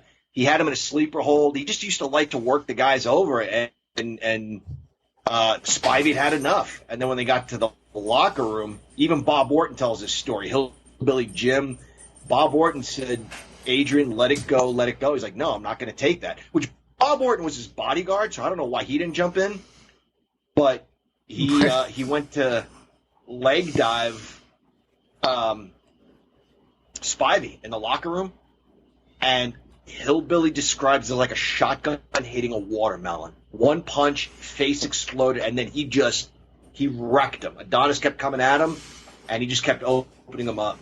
Like the leg dive you gave me in home ec. Yes. Okay. Was that the one where he knocked you out? Yes. Yeah. Yes. And was that before or after he suplexed you off the bleachers? After. Before. Before. All right. Flint, Michigan. Joey from Flint, Michigan. Can you guys each tell a story about meeting a wrestler that you met alone? John and Mark seem to always have the same experiences. That's because we're always fucking together, Joey. Yeah. Other than when we met Jake the Snake Roberts, which I've told on here before, but quickly Which was the same experience, though. On different days. You said he wasn't as bad with it. He was very pushy in telling me to buy a shirt. I had purchased 2 tickets online for autographs. So I understand they have agents. I went to the $1 Million Man. I said, "Hey, I purchased this ticket. May I have your autograph?" He's like, "Yep, hang tight 1 second." And he went and got his agent. And the agent said, "Yep, this is legit." And so he signed it. We talked for a little bit. He was a great guy. Jake got up from the table just as I was approaching him and went to the bathroom. And his agent or whatever kept saying he had to go to the bathroom. He'll be back soon. I was like, "Oh, okay." He goes, "Nature calls. You have to go." I'm like, "Yep. When you have to go, you have to go." I'm like, what in the world is this guy trying to say? Is he trying to tell me, "Hey, nudge, nudge, wink, wink, Jake went to get high"? Exactly, Chad. Exactly. When he came out, he was in the clouds. I mean, in the clouds. Just had a foggy look about him. I said, "Hey, Jake, I'm a big fan." And he was very dismissive, like, "Oh, thanks." I said, "Can I get these 2 signatures?" And he goes, "Buy a shirt." I said, "Excuse me?" He goes, "Buy a shirt." I said, "No, thank you. I'm not interested in a shirt. I'd like for you to sign these for me." He goes, "I'm not signing anything unless you buy a shirt." And I said, "Jake, I have these 2 tickets I bought online." And even his agent's like, "Yeah, they're legit. You should sign that." And he's like, "I'm not signing that." And so we were just kind of at an impasse, I guess. Eventually he signed it and kind of threw him back in my direction. And these little kids came running up to him. And we're like, "Jake, Jake, Jake." And he put his hands up and was like, "No, wait," to these kids. And he goes, "This guy's not done talking to me. You have something else you want to say to me?" I'm like, what the fuck is wrong with this guy? I was like, "No, Jake, thanks for your time. I think I'm done." But when I met the Honky Tonk Man, which was also without Mark, I told him that story. And Honky Tonk Man was like, "I told you, that guy is an asshole. I've never said anything about him that isn't true." That's my experience with Jake the Snake Roberts, guys. And I don't know too much different about him. Chad, you want to go next? Yeah, because I don't want him bitching about you and John going back to back. So I'll go next. I'm going to say The best experience I've had was at the meet and greet earlier in the afternoon before the Crockett Cup in 2019. Got to meet guys that I was in awe. I was like, I could have been 7 years old then. Magnum TA, Nikita Koloff, Midnight Express, Rock and Roll Express. But the one that stuck out was Flip Gordon from Ring of Honor. Nice looking guy, pretty good shape, everything. And, we were talking, and he noticed the shirt that I was wearing. Just a little thing over my left breast where it was a veteran shirt in support of veterans. And he was like, Are you a vet? And I was like, yeah. And I told him the information. And here he had served also in the Army. Well, as soon as he found out I was a vet, it was like, take a couple of steps back, and we were talking about, a couple of places that we had been. Then the guy next to him, Bandito, heard the conversation, and he come over. And it was just cool to connect on a personal level with somebody like that. And for him to take the time and everything like that. The other one I got to mention it was actually the first one ever. There was St. Mary's Wrestling, WWF. It was at the time Backlund was champion, and Jesse Ventura was there. Well, this is in the days, to where your railing was, 1 or 2 fucking ropes that a 90-year-old grandma could get string under. Yeah. Well, Jesse was standing back at the corner about as far as, you could go away from the fans. I was like, and he was watching matches, and I was like, watch it. I said, watch this, Mom. I said, I'm going to go get his autograph. Why would you want his autograph? He's an asshole. I'm a little dude at this. I'm a little guy at this point. I go walking up to him, and Mr. Ventura, could I get your autograph? And he's like, not now, up in the ring. And I'm like thinking, oh, fuck, he ain't going to do it. Well, I was the only one. 7 years old, Chad thought, fuck. I'm sure. See, it's inherited. Anyway, sorry. So he goes out. He comes out for his match and goes up to the ring, and I'm like, I'm gonna go get it. I'm gonna go see. He'll give me his autograph. I'm the only one that goes up there. This is how hated he was. Reaching up and everything, and he looks down at me. Without breaking kayfabe, he, cracks a little bit of a grin, reaches down, signs my magazine. I think, yeah, it was a magazine. No, it was the what do you call the program, John? The card sheets, the program. Yeah. Signs the program, and then he throws it at me, and he gets booze out the ass. Just funny as hell. I have 3.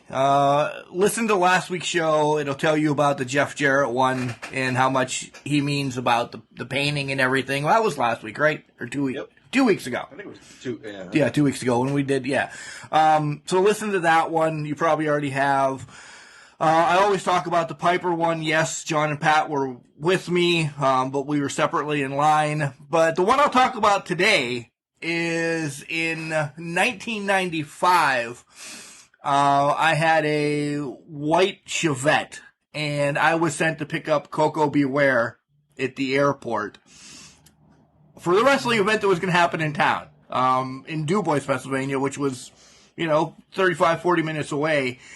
This guy is in the WWE. This guy wrote and sang the #1 hit song, Pile Driver. Has done everything all over the world. He's probably been in limousines bigger than my house. and he gets picked up in this white Chevette that has a broken window, windshield wipers that don't work. How the mighty have fallen. And just a shit show car. Why they sent me to this day, I don't know, but we had great conversation the whole way back. We talked about wrestling, talked about where we were going, and then once we got there, he became great fans with John's dad. Just very familiar. That was a good one. Picking up Coco Beware in an airport. It's crazy, though, how this business will change on you in no time. You're talking about 1995, as late as 92, 93, he was teaming with Owen and High Energy, and he was a WWF mainstay for 7 or 8 years. And 2 short years after that, he's cramped in the back of a Chevette, a 2-door Chevette that says White Farm Equipment on it. It has so many nicknames. Joey, thanks for that question. That brought us down memory lane a little bit, and we found out a lot about Flint, Michigan, so that's good. Chad, why don't you do yours right now? Take a quick break from our fans, and you throw us yours. Okay, this one's little involved, but of course it is. Other than shut up, asshole. Other than the obvious things such as the rise in social media, multimedia, and the decline of interest in wrestling, what do you think is the single most event happening, development, however you want to put it, that has hurt the quality of wrestling comparing, let's just say, mid-'80s when wrestling was shit hot to now? And one other one you cannot use is the territories. So, why is it not as good now? What's kind of taking some of the steam out of it? Yeah. MMA, UFC. I mean, as soon as that hit, we were getting those pay-per-views. They were kind of expensive, and we weren't quite sure if we're all going to love it. So it wasn't just 2 of us at Mark's house. It was 40 of us at somebody's house we kind of knew from school, but we all chipped in.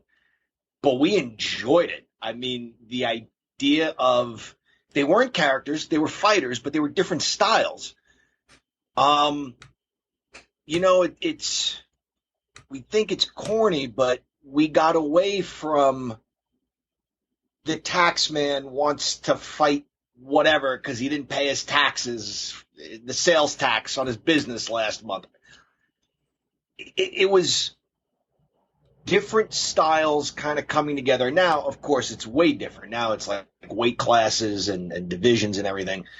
But I think UFC picked up where pro wrestling kind of dropped the ball. Pro wrestling got a little too PC. And, you look at, just as a for instance, Chael Sonnen against Anderson Silva, like the conferences leading up to that. And Chael Sonnen talking about Silva being Brazilian and the kids in his hometown drinking water out of mud puddles. Just harsh shit. But you know what? It sold fights. He went out there and got his ass beat, but it sold fights. WWE doesn't know how to sell fights anymore.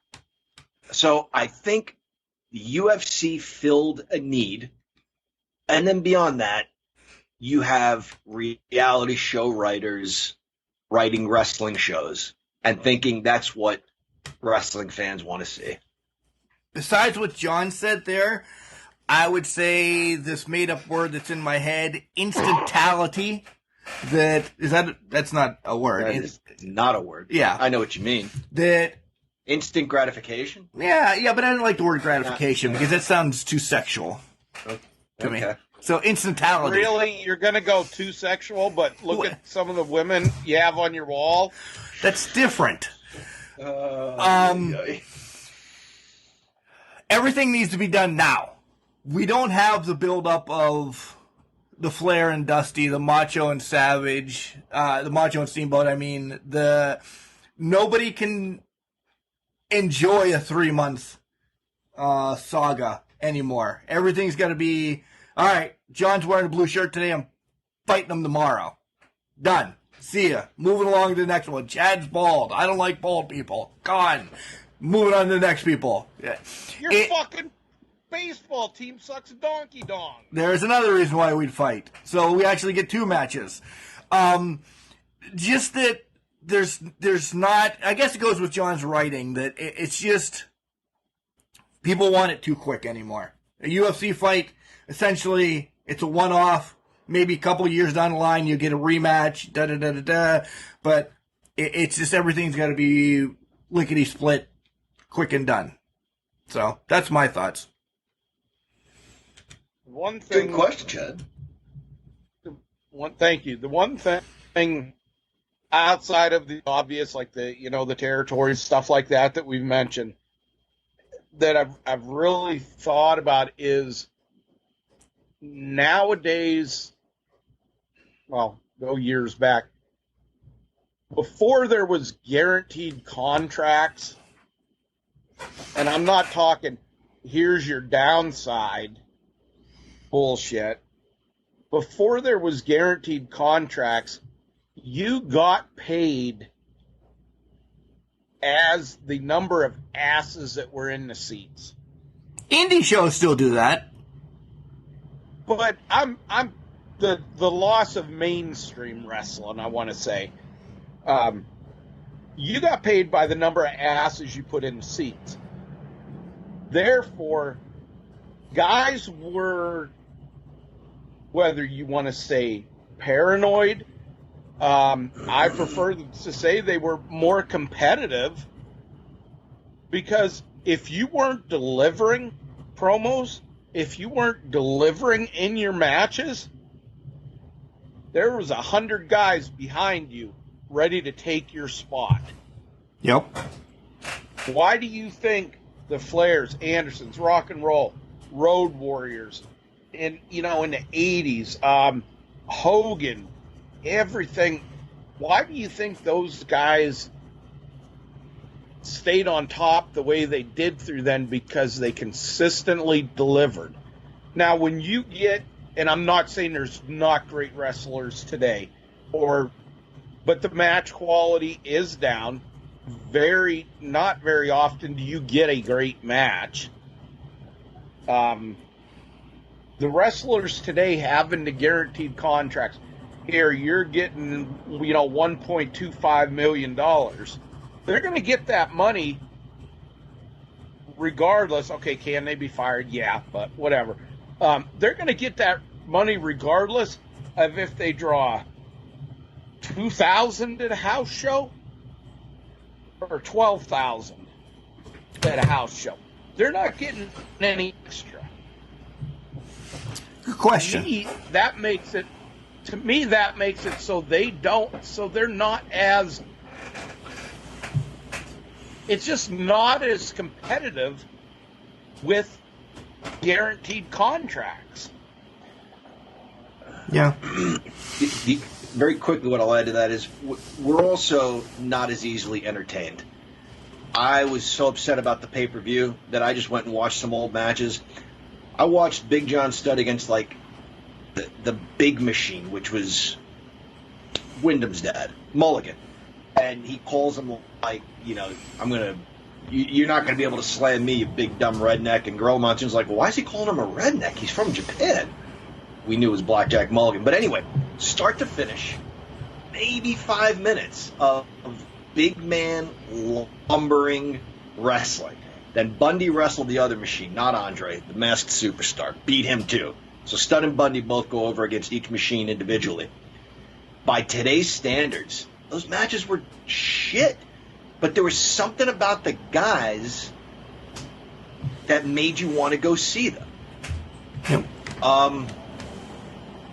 I think we were more easily entertained. In fairness to today's wrestlers, we were more easily entertained then because we didn't have as much access to it. If we could go see Big John Studd versus the Big Machine for 3.5 minutes, sign me up. Whom do I give my $20 to? And tell me where to sit.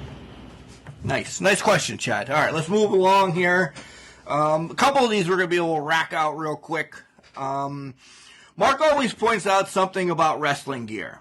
What is some of your favorite wrestler gear ever and now? That's from beautiful Becky from Beaver Falls. Do you guys know Becky in Beaver Falls? She put beautiful in front of it. I bet she is. I know where Beaver Falls is, but I don't know Becky. Beautiful Becky. I know Becky Lynch, but I'm not sure it's the same one. Okay. So, who wants to go first on this one? So, favorite wrestling gear? Yeah. That we had. Not that we had. Oh, I misunderstood. Favorite wrestling gear that I'm guessing that has been out there. Now, do you like the Ultimate Warrior's tassels? Do you like the Masked Superstar's mask? Something that really, or like, wow. Man's jumpsuit, Elvis jumpsuit was pretty awesome. All of them. White, blue, red. They just were awesome costumes. Personally speaking, stuff I've had that I've liked, I had a Hulk Hogan headband. I love that thing. Chad? The two things, I'll go different direction. I always liked the Rock and Roll Express's outfits. It was, I'd say the spandex, the colorful, whether it was the black, the red, the blue. I always liked their outfits. Now, gear-wise, I don't know if this is, but the NWA World title and the World Tag Team title, the two belts, my two dream belts, by far, are those. And Mark is, seen them in person. That's just, oh my God, brings back the memories. And that's exactly what those do. Whether it's, Dusty Rhodes holding it, or Ric Flair, or Luger getting screwed in Baltimore of the title.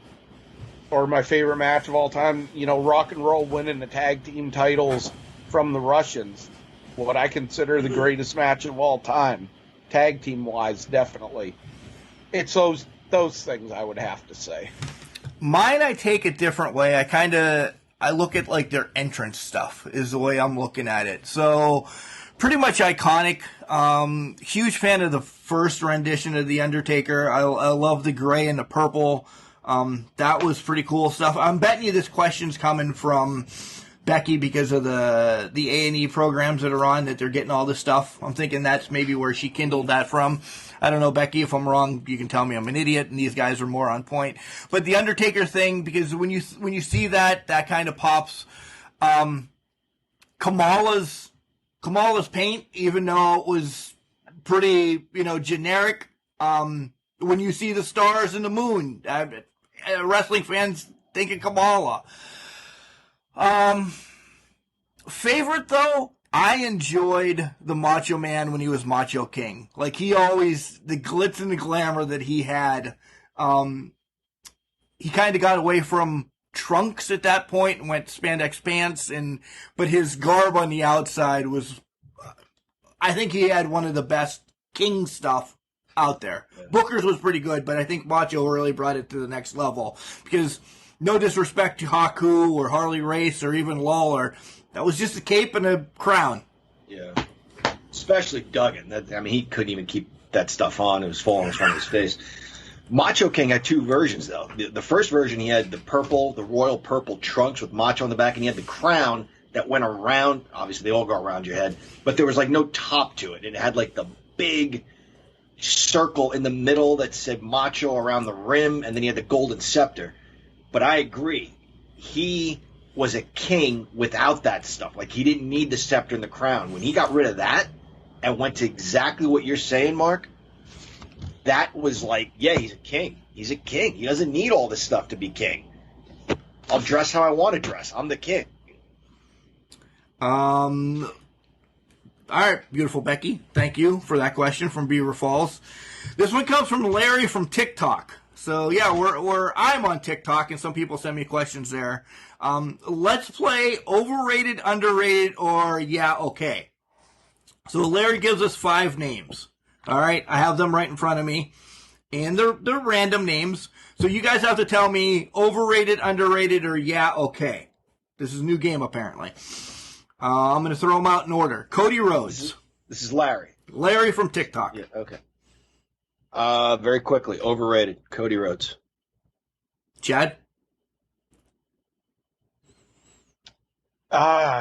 He's an in the middle for me. So he's a yeah, okay? Yeah, okay, yeah. That's where I am too. I think he's got a lot on his docket, a lot going on. In-ring's not always great, but yeah. I think what he does is yeah, okay. So, next one up is Andrade, which is now whatever his name is, but he has Andrade written down. Underrated. Great talent. I got to go underrated too. That's 3 of us. Jeff Cobb.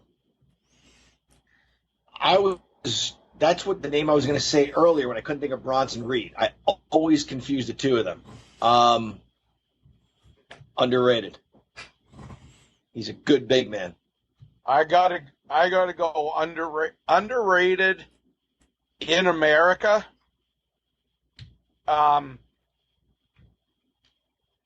Because I've seen what he does in Japan and how the normally reserved Japanese audience reacts to him and his capabilities. Fucking dude is a beast. Just. So you're in between underrated and yeah, okay. I think you said underrated. No, underrated in America. Okay. But then you brought up Japan, so what is he in Japan? Yeah, okay.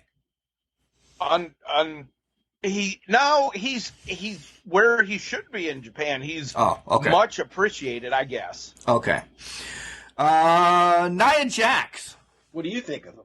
Oh, what do I think of him? I think he's underrated. Okay. I don't know anything about Japan. I'm not letting you slide. Oh, yeah, I forgot. That's all. Yeah, he's underrated.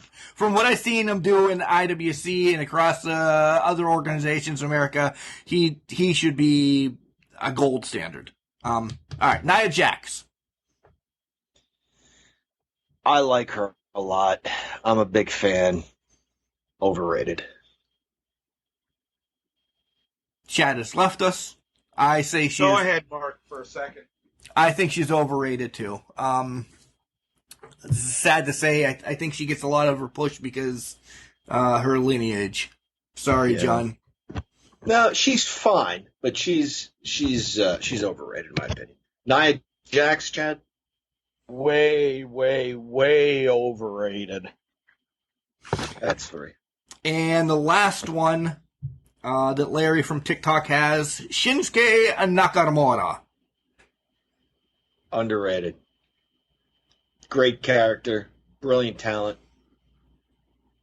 I go the same way with John and reference right back to the same situation with Jeff Cobb. Seen what he's done in New Japan, where he's appreciated and used right. He's very underrated. I'm going to be the oddball then. I'm going to be the oddball because I didn't see. I'm banking all of his stuff off of what I've seen. I don't still get the hype. It's a character that I have not connected with, a person I have not connected with. I think he's been given ample opportunities to do something. I know there might be a language difference or whatever. I think he's overrated. I really do. Nothing against him. I think Sylvan does a better Shinsuke Nakamura dance than Shinsuke Nakamura does. He does a really good Shinsuke Nakamura. Larry, thanks for... Okay, good. I'll say, Mark, I just want to put this on there as food for thought on your thing.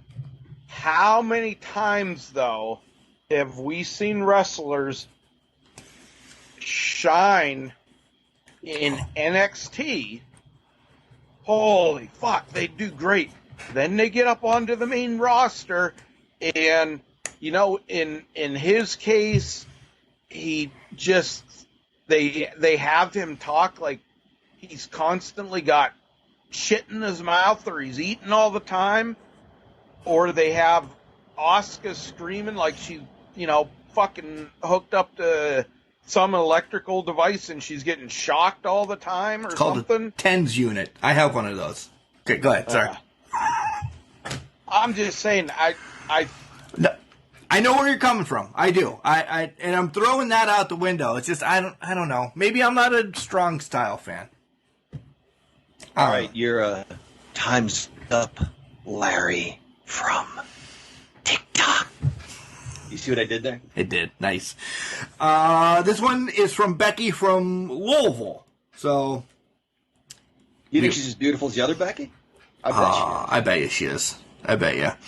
You think that the other Becky just sent it and said she wanted two questions, and I'm from Beaver Falls, and then I'm from Louisville. I didn't actually check the email. Yeah, damn it. Shit. I don't know.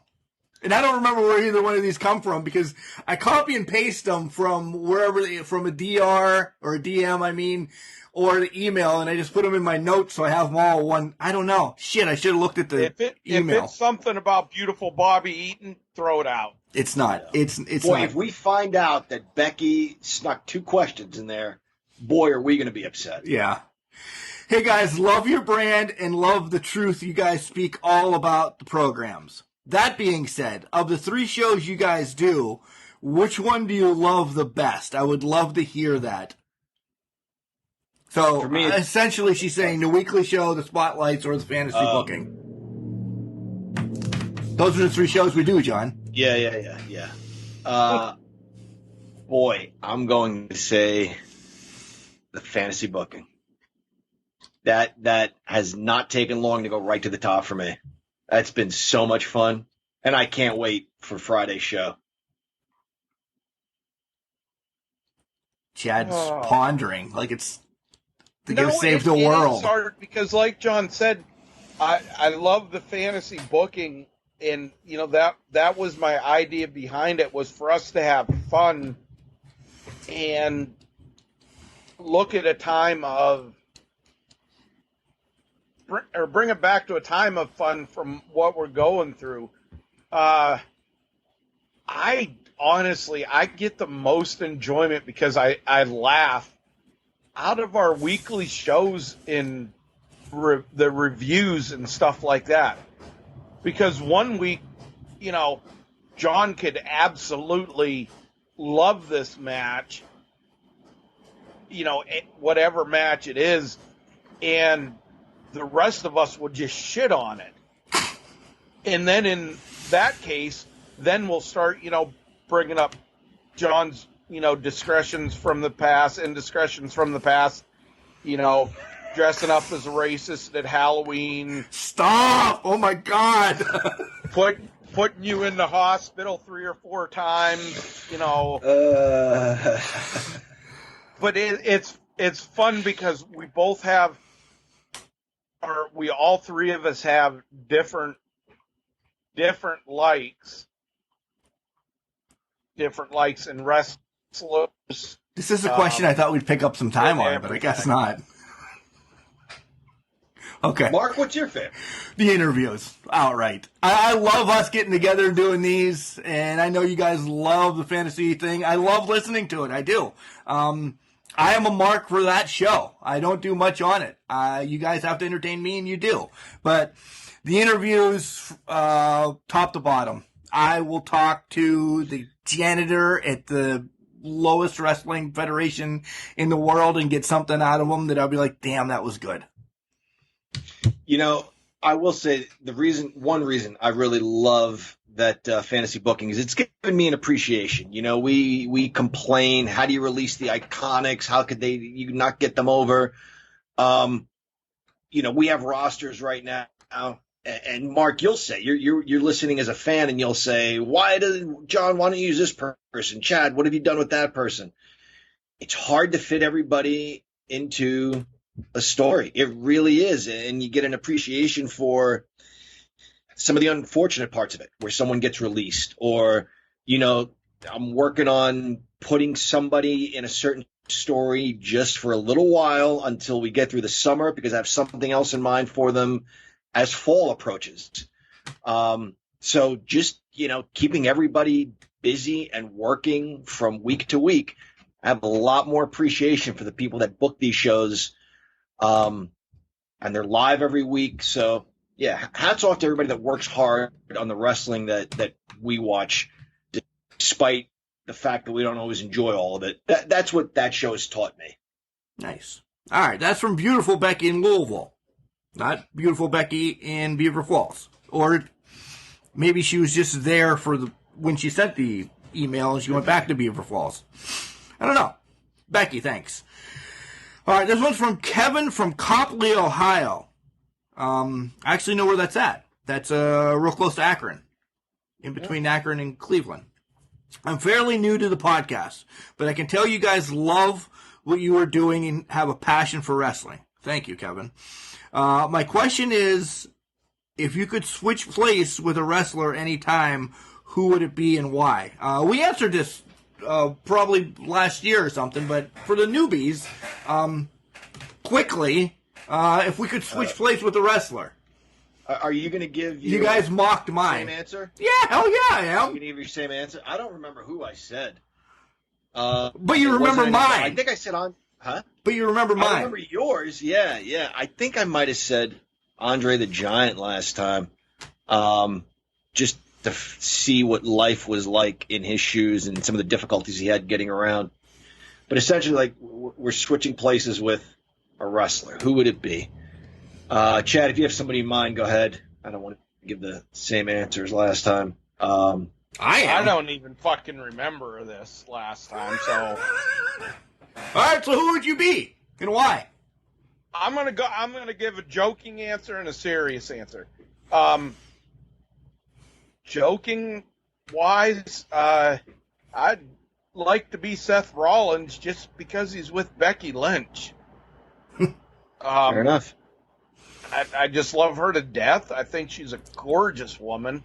On the serious side, AJ Styles, honestly, as humble as he is, a family man, as talented as he is, man,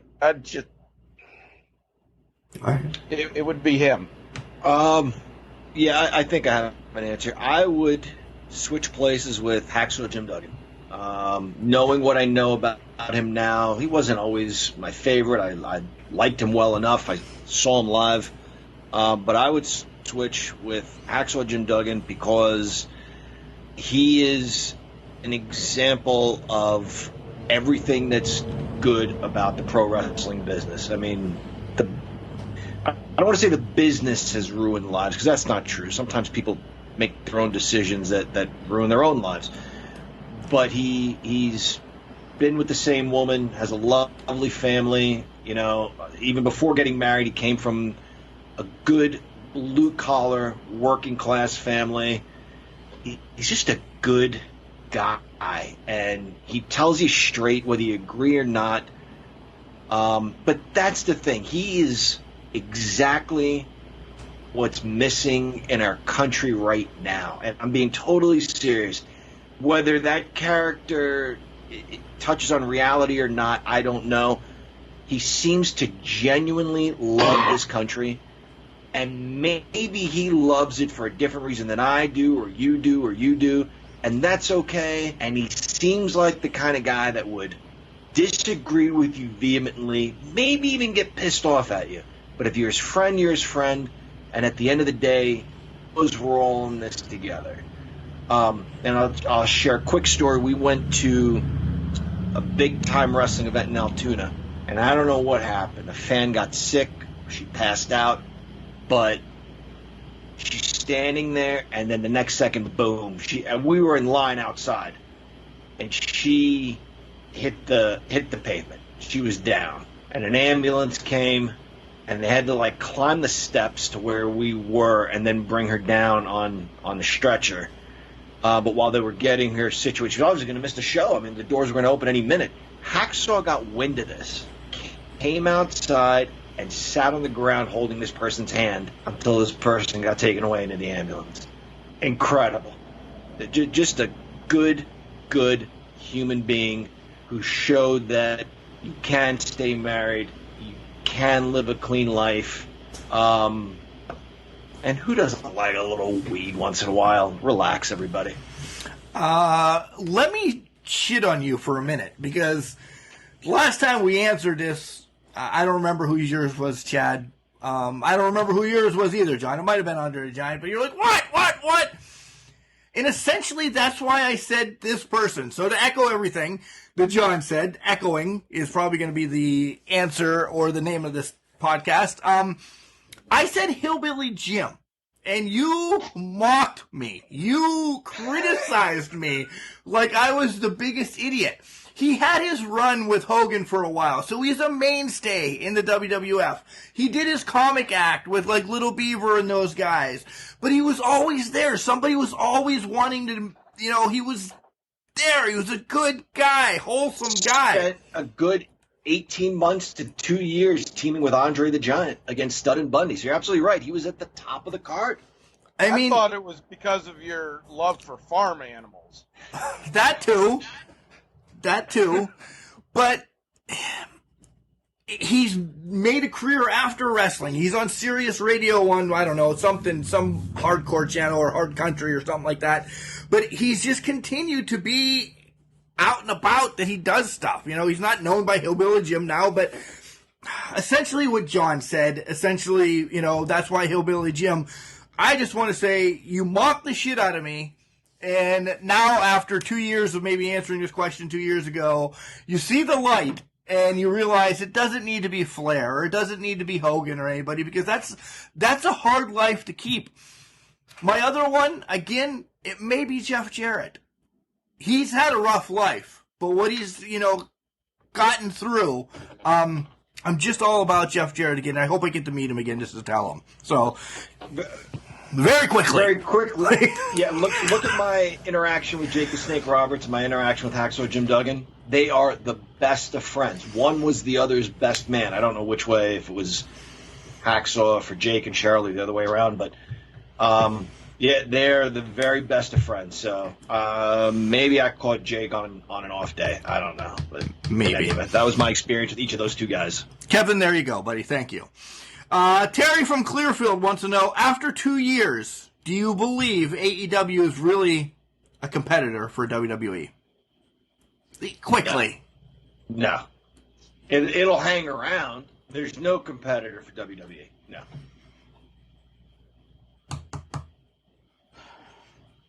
I don't think so. In any way, shape, or form. Which is no knock against the talent. If you would have a challenge, okay, you put your pay-per-view on at the same time we put ours on, they don't have the knowledge to put on a show like WWE does, and they don't have as much talent at their disposal. I think we're comparing apples to oranges. I think one is kind of entertainment at a time, kind of wrestling at a time, meaning AEW, and then one is strictly, here's a movie and here's our stars for the week, meaning WWE. Yeah, that's well said. So it's too different. But to answer Terry, no. I don't think there's competition. It's all fans making it in our own heads.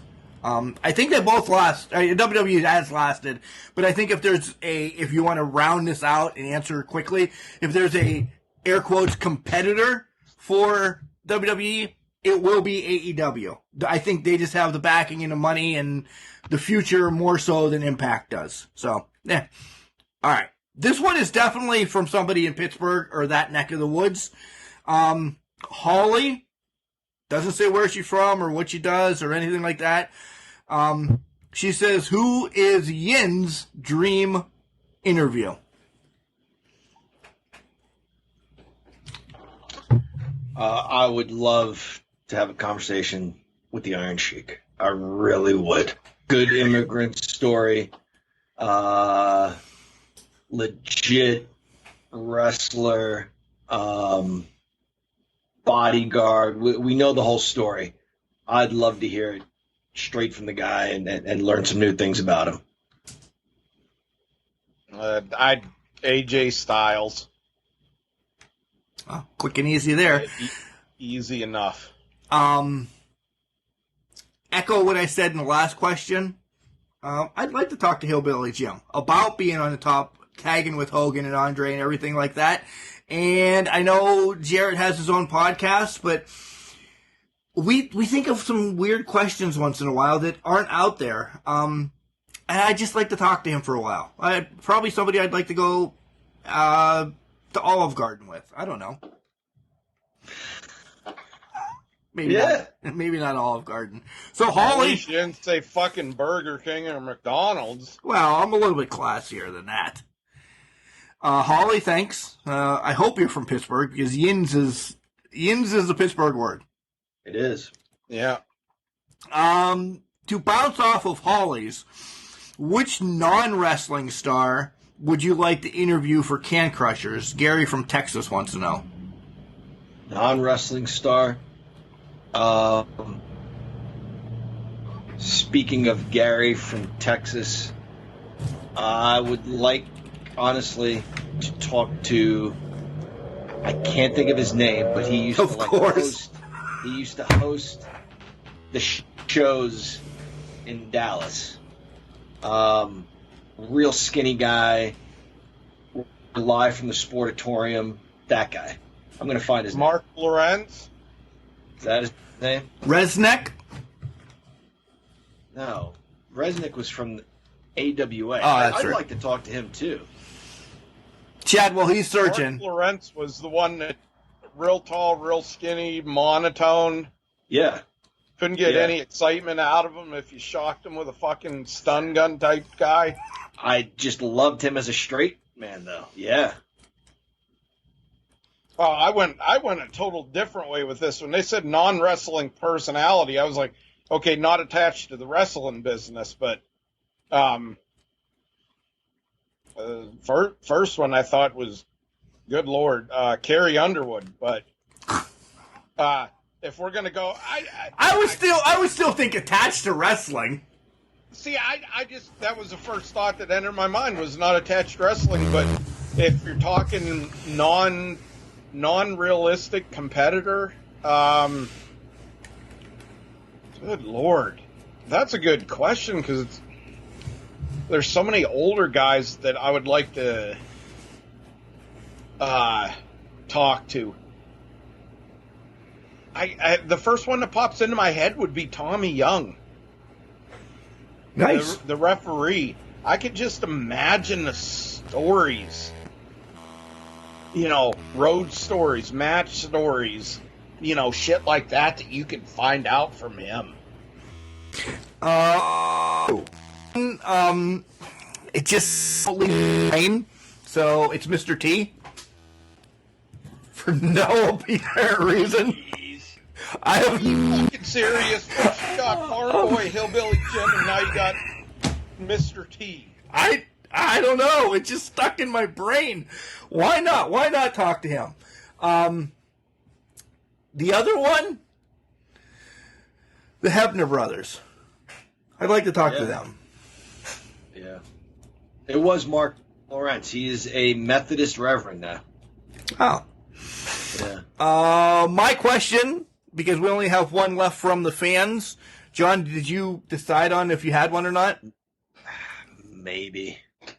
All right. Let me do mine first. All right. So, generic, because I didn't have one, but I asked it. And who's the Diamond Mind that they keep bringing up on NXT? Is this where we get Tessa? Because she's a diamond in the rough. Maybe. Yeah, I'll be honest. I hadn't given that much thought. I was just waiting to see what they told us. I haven't been thinking about who it could be. That would be exciting. Would be exciting. If it isn't her, I have no idea. But she has been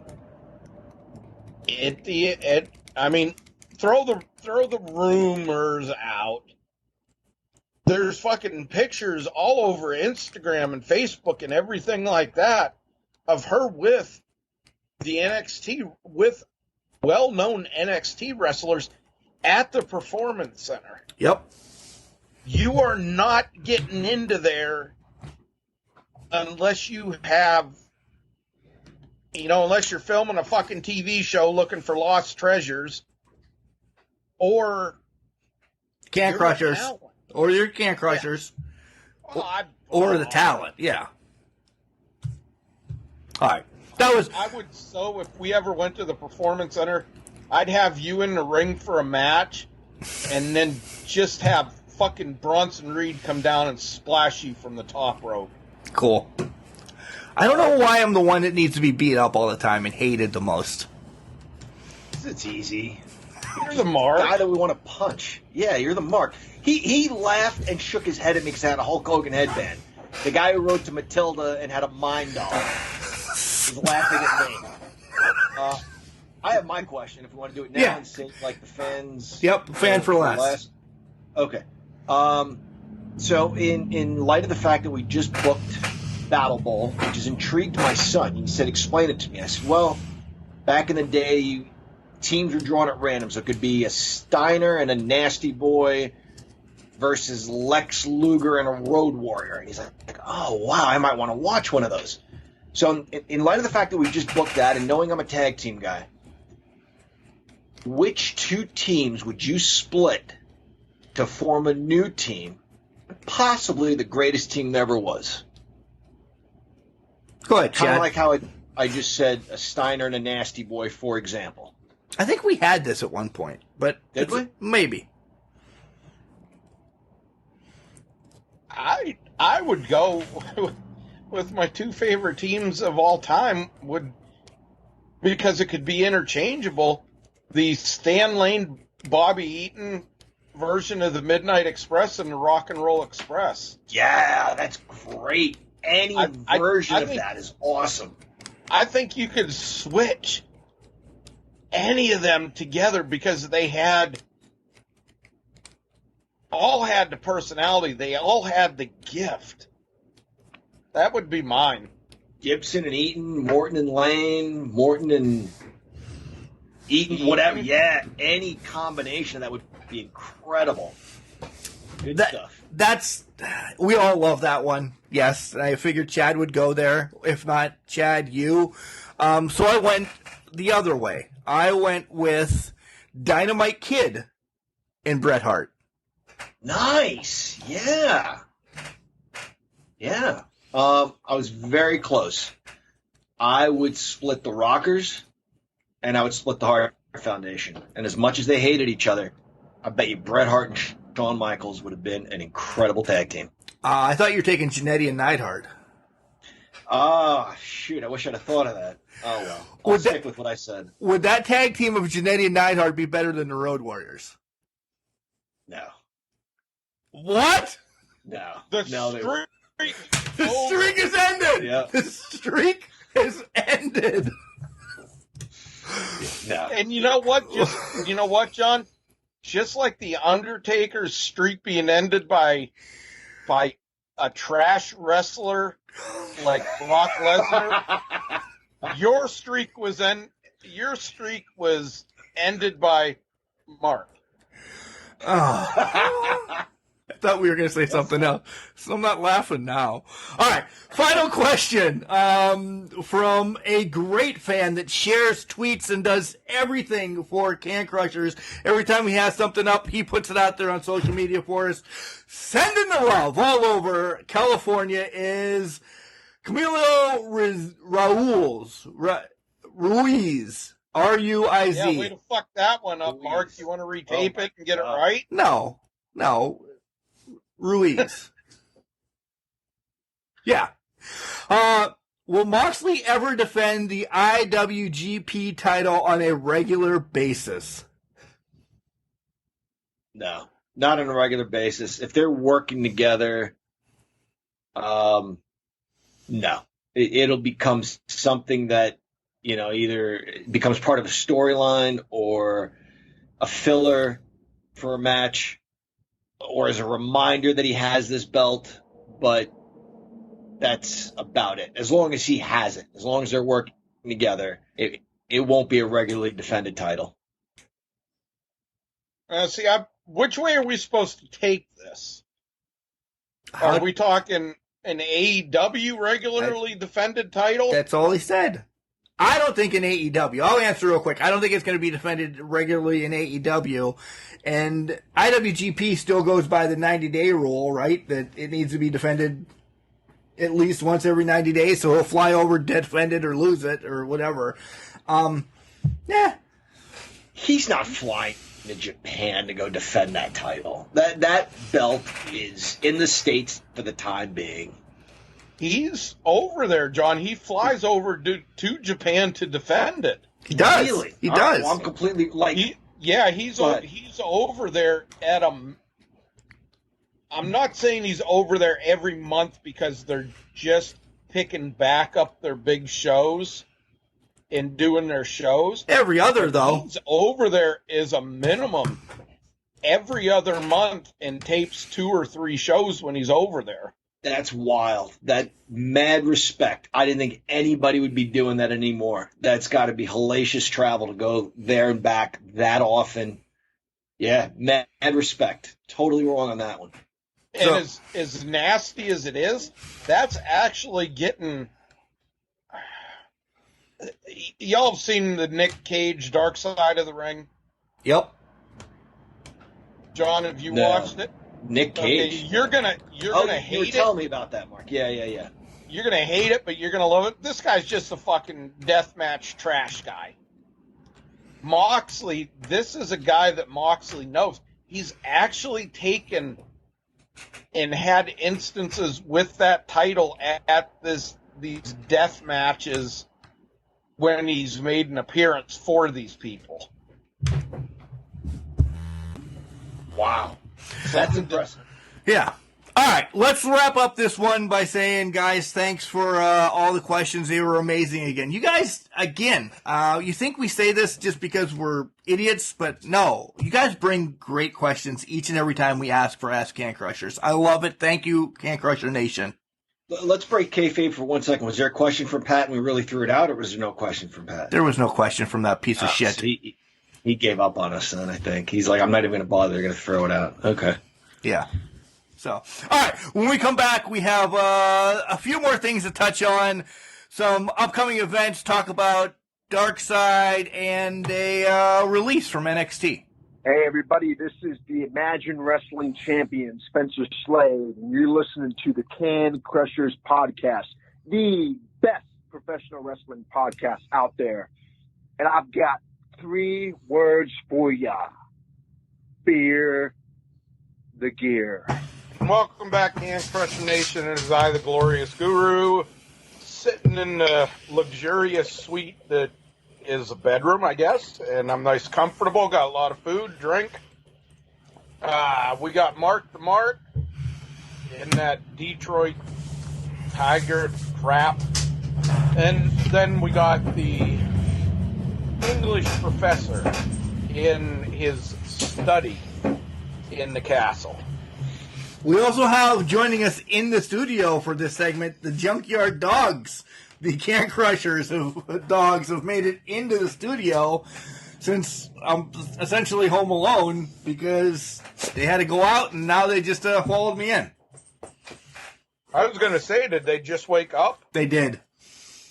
They did. They one was looking like the Undertaker right next to me, and that would be Max. And now Andre the Giant Miggy is just wanting to get on camera.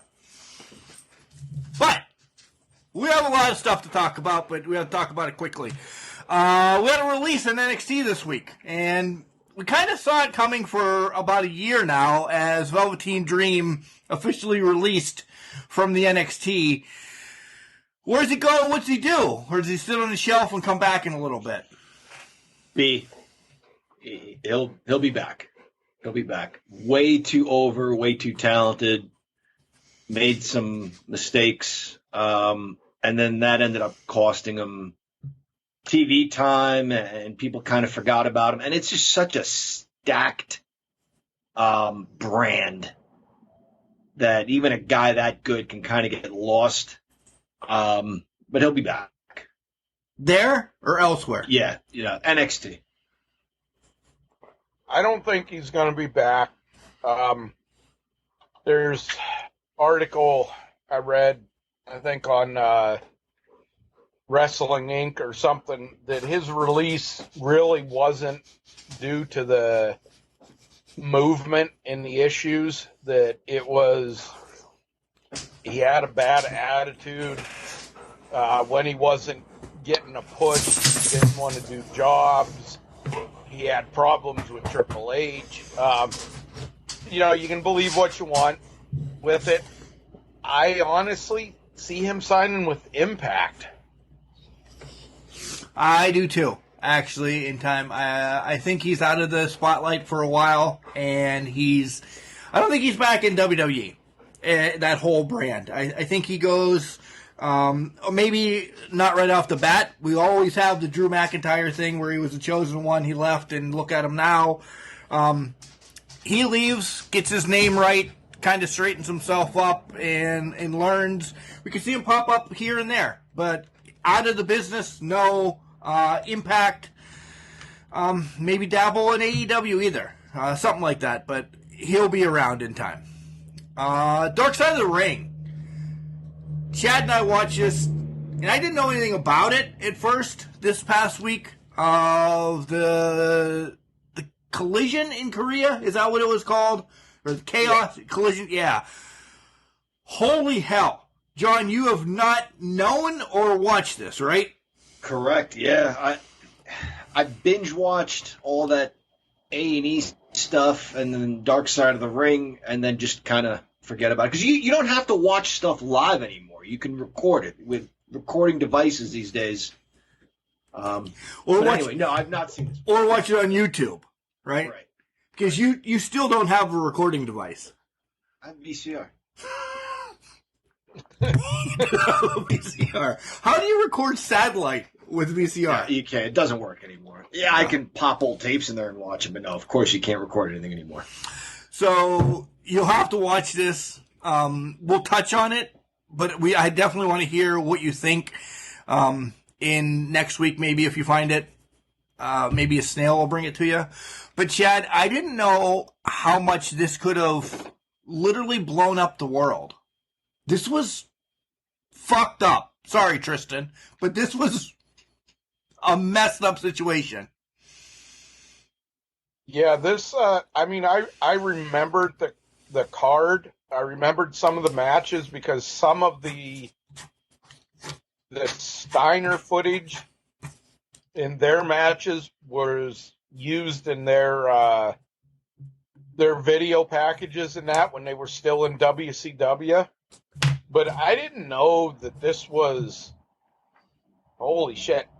This goes beyond their last trip, Saudi Arabia, where, okay, well, you don't got a fucking plane, how you getting out of here type deal. This goes way beyond that. Personally, when I got back, I would have beat the ever-loving fuck out of Eric Bischoff. Right? He did this behind. He would have gotten his. And John, you'll see this when you watch this. You'll understand. Yeah, I'm kind of more violent person. As soon as we landed and got off that plane, I'd have beat the living fuck out of Eric Bischoff. He did this behind like U.S. diplomats' backs and like all of this, and it was absolutely crazy. Yeah. Unbelievable. If you haven't watched it, I know it was on Thursday night, and, some of you guys are like me, you wait and watch it the following week or something like that, but crazy. John, we don't want to. We'll dive more into it next week, but make sure you watch it. A&E last week was the biography of Shawn Michaels.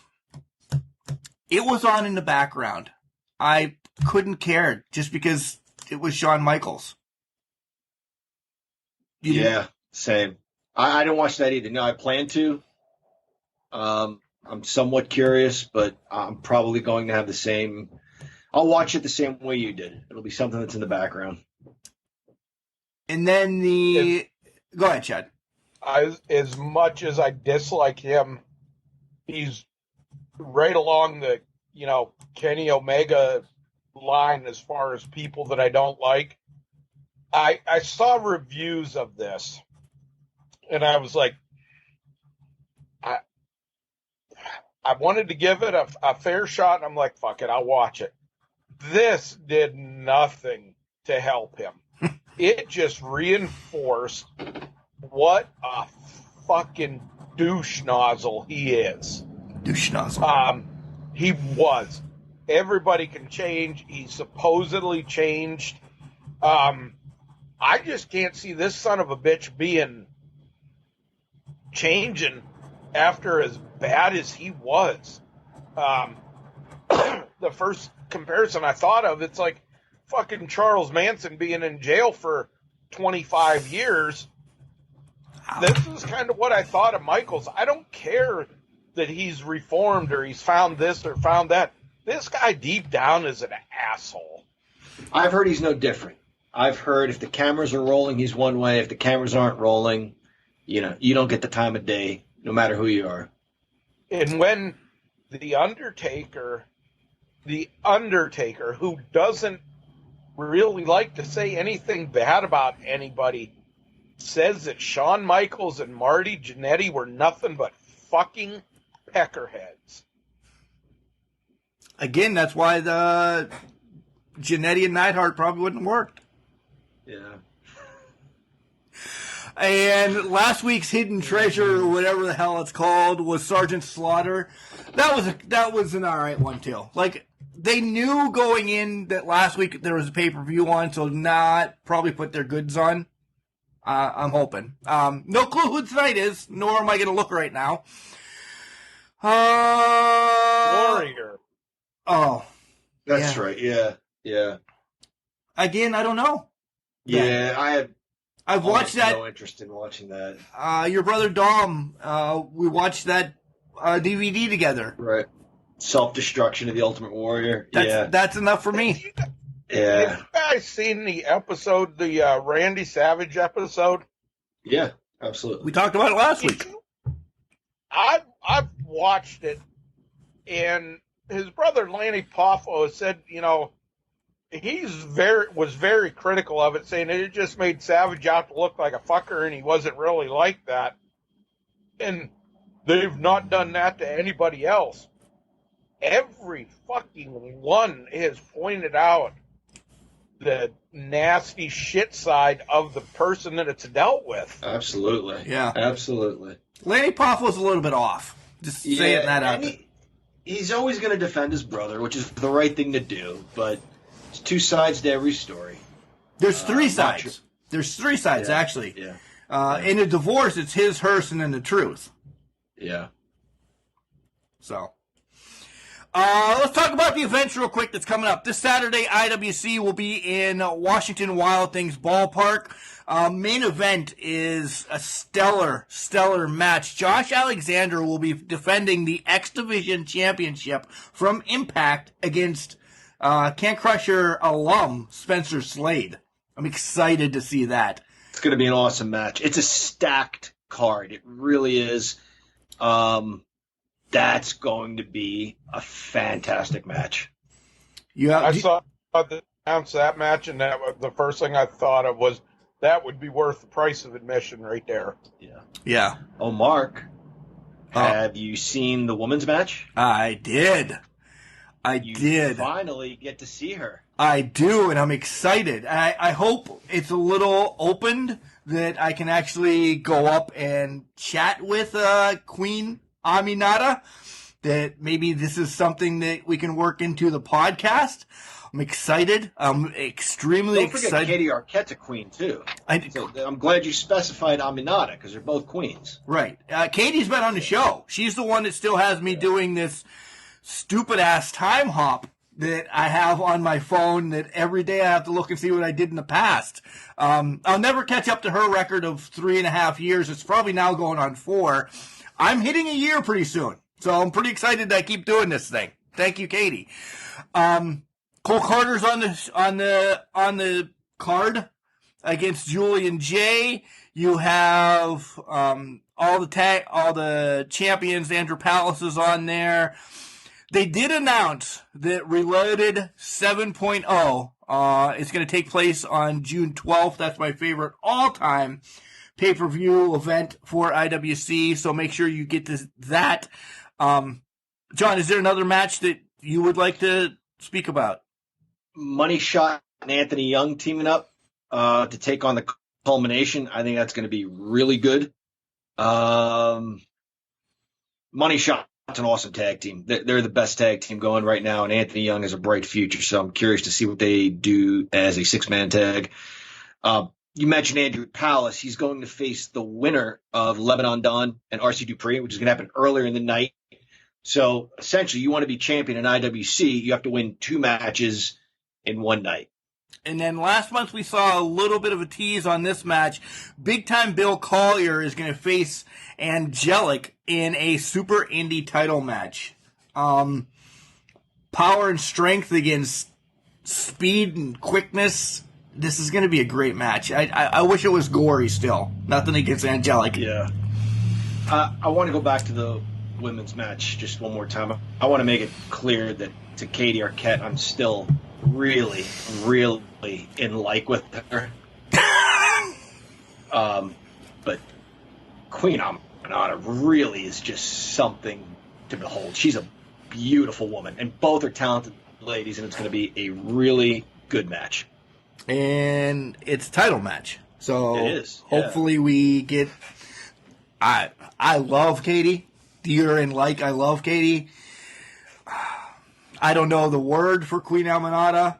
Lost? Possibly. I hope there's a new queen. Katie can come back. The chase is in the story's in the chase. Yeah, the money's in the chase. Yeah, that. And update. Tickets continue to sell at a rapid pace. This is awesome. June 19th for Ballpark Brawl. Great matches. We're going to announce the match card probably within the next 2 weeks. That's kind of, it's out there, but we haven't announced it yet.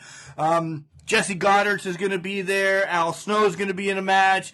Lady Frost, Ray Lynn, Notorious Mimi, Vicious Vicky, all over the place. Guys, we've had Vicious Vicky on the show. She's got an amazing story about being dead after drug abuse and then coming back.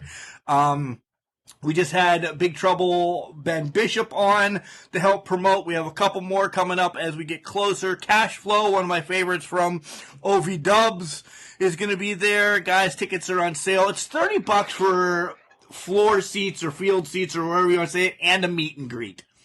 $30 for wrestling returning to Du Bois. It's going to be a great event.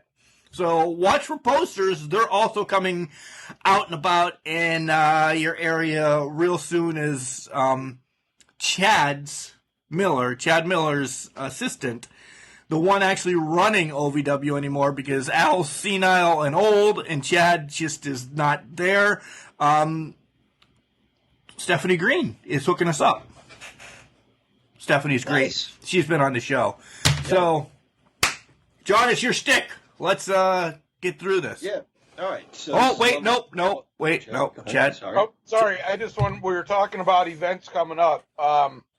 As Can Crusher Nation knows, Mark and I are going to WrestleCade this year. They're starting to really announce a lot of the guests. Announced this week, Teddy Long. Nice. This one is so far the one I'm looking forward to. Deonna Purrazzo. John loves her. It has been officially announced Kane will be there. Mark Henry, Double A, Arn Anderson, and just announced yesterday, the Ascension will be there. So, a lot of big names still to come. Guys. Yeah, a lot of big names still to come. That's the end of November. We have a lot of stuff in the hopper that we'll be talking about because Can Crusher Nation able to spread our wings this year and fly, and we are going to. And I hope this opens up a lot. I like hamburgers. Let me just say that. Right? Hamburg's wrestling event. Yep, I like hamburgers and wrestling. We'll touch on that in the near future. And we're not actually flying, we're driving, but with the way Mark drives, yeah, we'll be fucking flying again. I thought you were using like a Western Pennsylvania term for burgers. Like out of nowhere, you're like, I like hamburgers. I do. But you were talking about Hamburg, PA's wrestling event coming up. Right. And you like hamburgers. And I do like hamburgers. Chad, you're right. We made it to North Carolina really quick. Really? Yeah, we were able to eat out at that alligator place twice that day. Yeah. Breakfast, lunch. All right, John, what do we got? Today we have, every week we have Love 'em While We Have 'em. It's where we take the time to appreciate a wrestling talent while he or she is still with us, rather than waiting till they are no longer with us. I've talked about, it's my turn to bring a name this week. I've talked about this guy the last couple of weeks, so let's just make it official and love on him while we have him. I don't think we've talked about him before. The Hammer, Greg Valentine. We discussed him? I don't remember. We have. No, I don't think we have. I think so. I mean, I've been talking about him lately because, like I said, I've been watching his matches with Ric Flair teaming up against the Andersons, and they're just brilliant. But does anybody want to go first? I'll go first. Greg the Hammer? I'll go first. A solid mid-card guy that'll always put in work for you, can perform solo, as you saw with Roddy Piper in that dog collar match, one of the most gruesomest matches in wrestling history, but can also work shtick tag teams and make it fun. Rhythm and Blues with him and Honky. The Dream Team. If I really have to sit down, I love the Dream Team. I loved him and Beefcake, the way they worked together. As a favorite team, probably not because they were so dastardly and bad, but they worked well. A solid worker. He broke Wahoo's leg. That gimmick went forever. I love later on in his career where he had that thing that he turned when he put the figure 4 on. That people use it as, it's a shin guard for soccer, and now baseball players use it for foul balls. It worked. It protected his ankle, but it effed up your leg the whole time. I don't have much to say about Valentine. I have him winning the Intercontinental Championship on the wall. So that's Greg Hammer. The one thing that I think sums up Greg Valentine is versatility. Didn't matter. Tag teams. That's where I was going. Like Mark said, tag teams, singles, corny shit. When he was doing the honky tonk man shit. Very, very solid in the ring. One of these guys that a short reign as world champion, he was, I think he would have been deserving of it. But just his versatility. You want to brawl, he'll brawl. You want to have a scientific, holds match, we can do that. That's what I think of him. Yeah, I will echo your sentiment about versatility. We tend to forget about his teaming up with Dino Bravo. He betrayed Brutus Beefcake and joined Dino Bravo at WrestleMania 3. That was a good tag team. And if we're going to talk about versatility in tag teams, after he left WWF, after a long run, he said, like, Vince told me, you have a job here forever. And forever in wrestling is certainly not forever.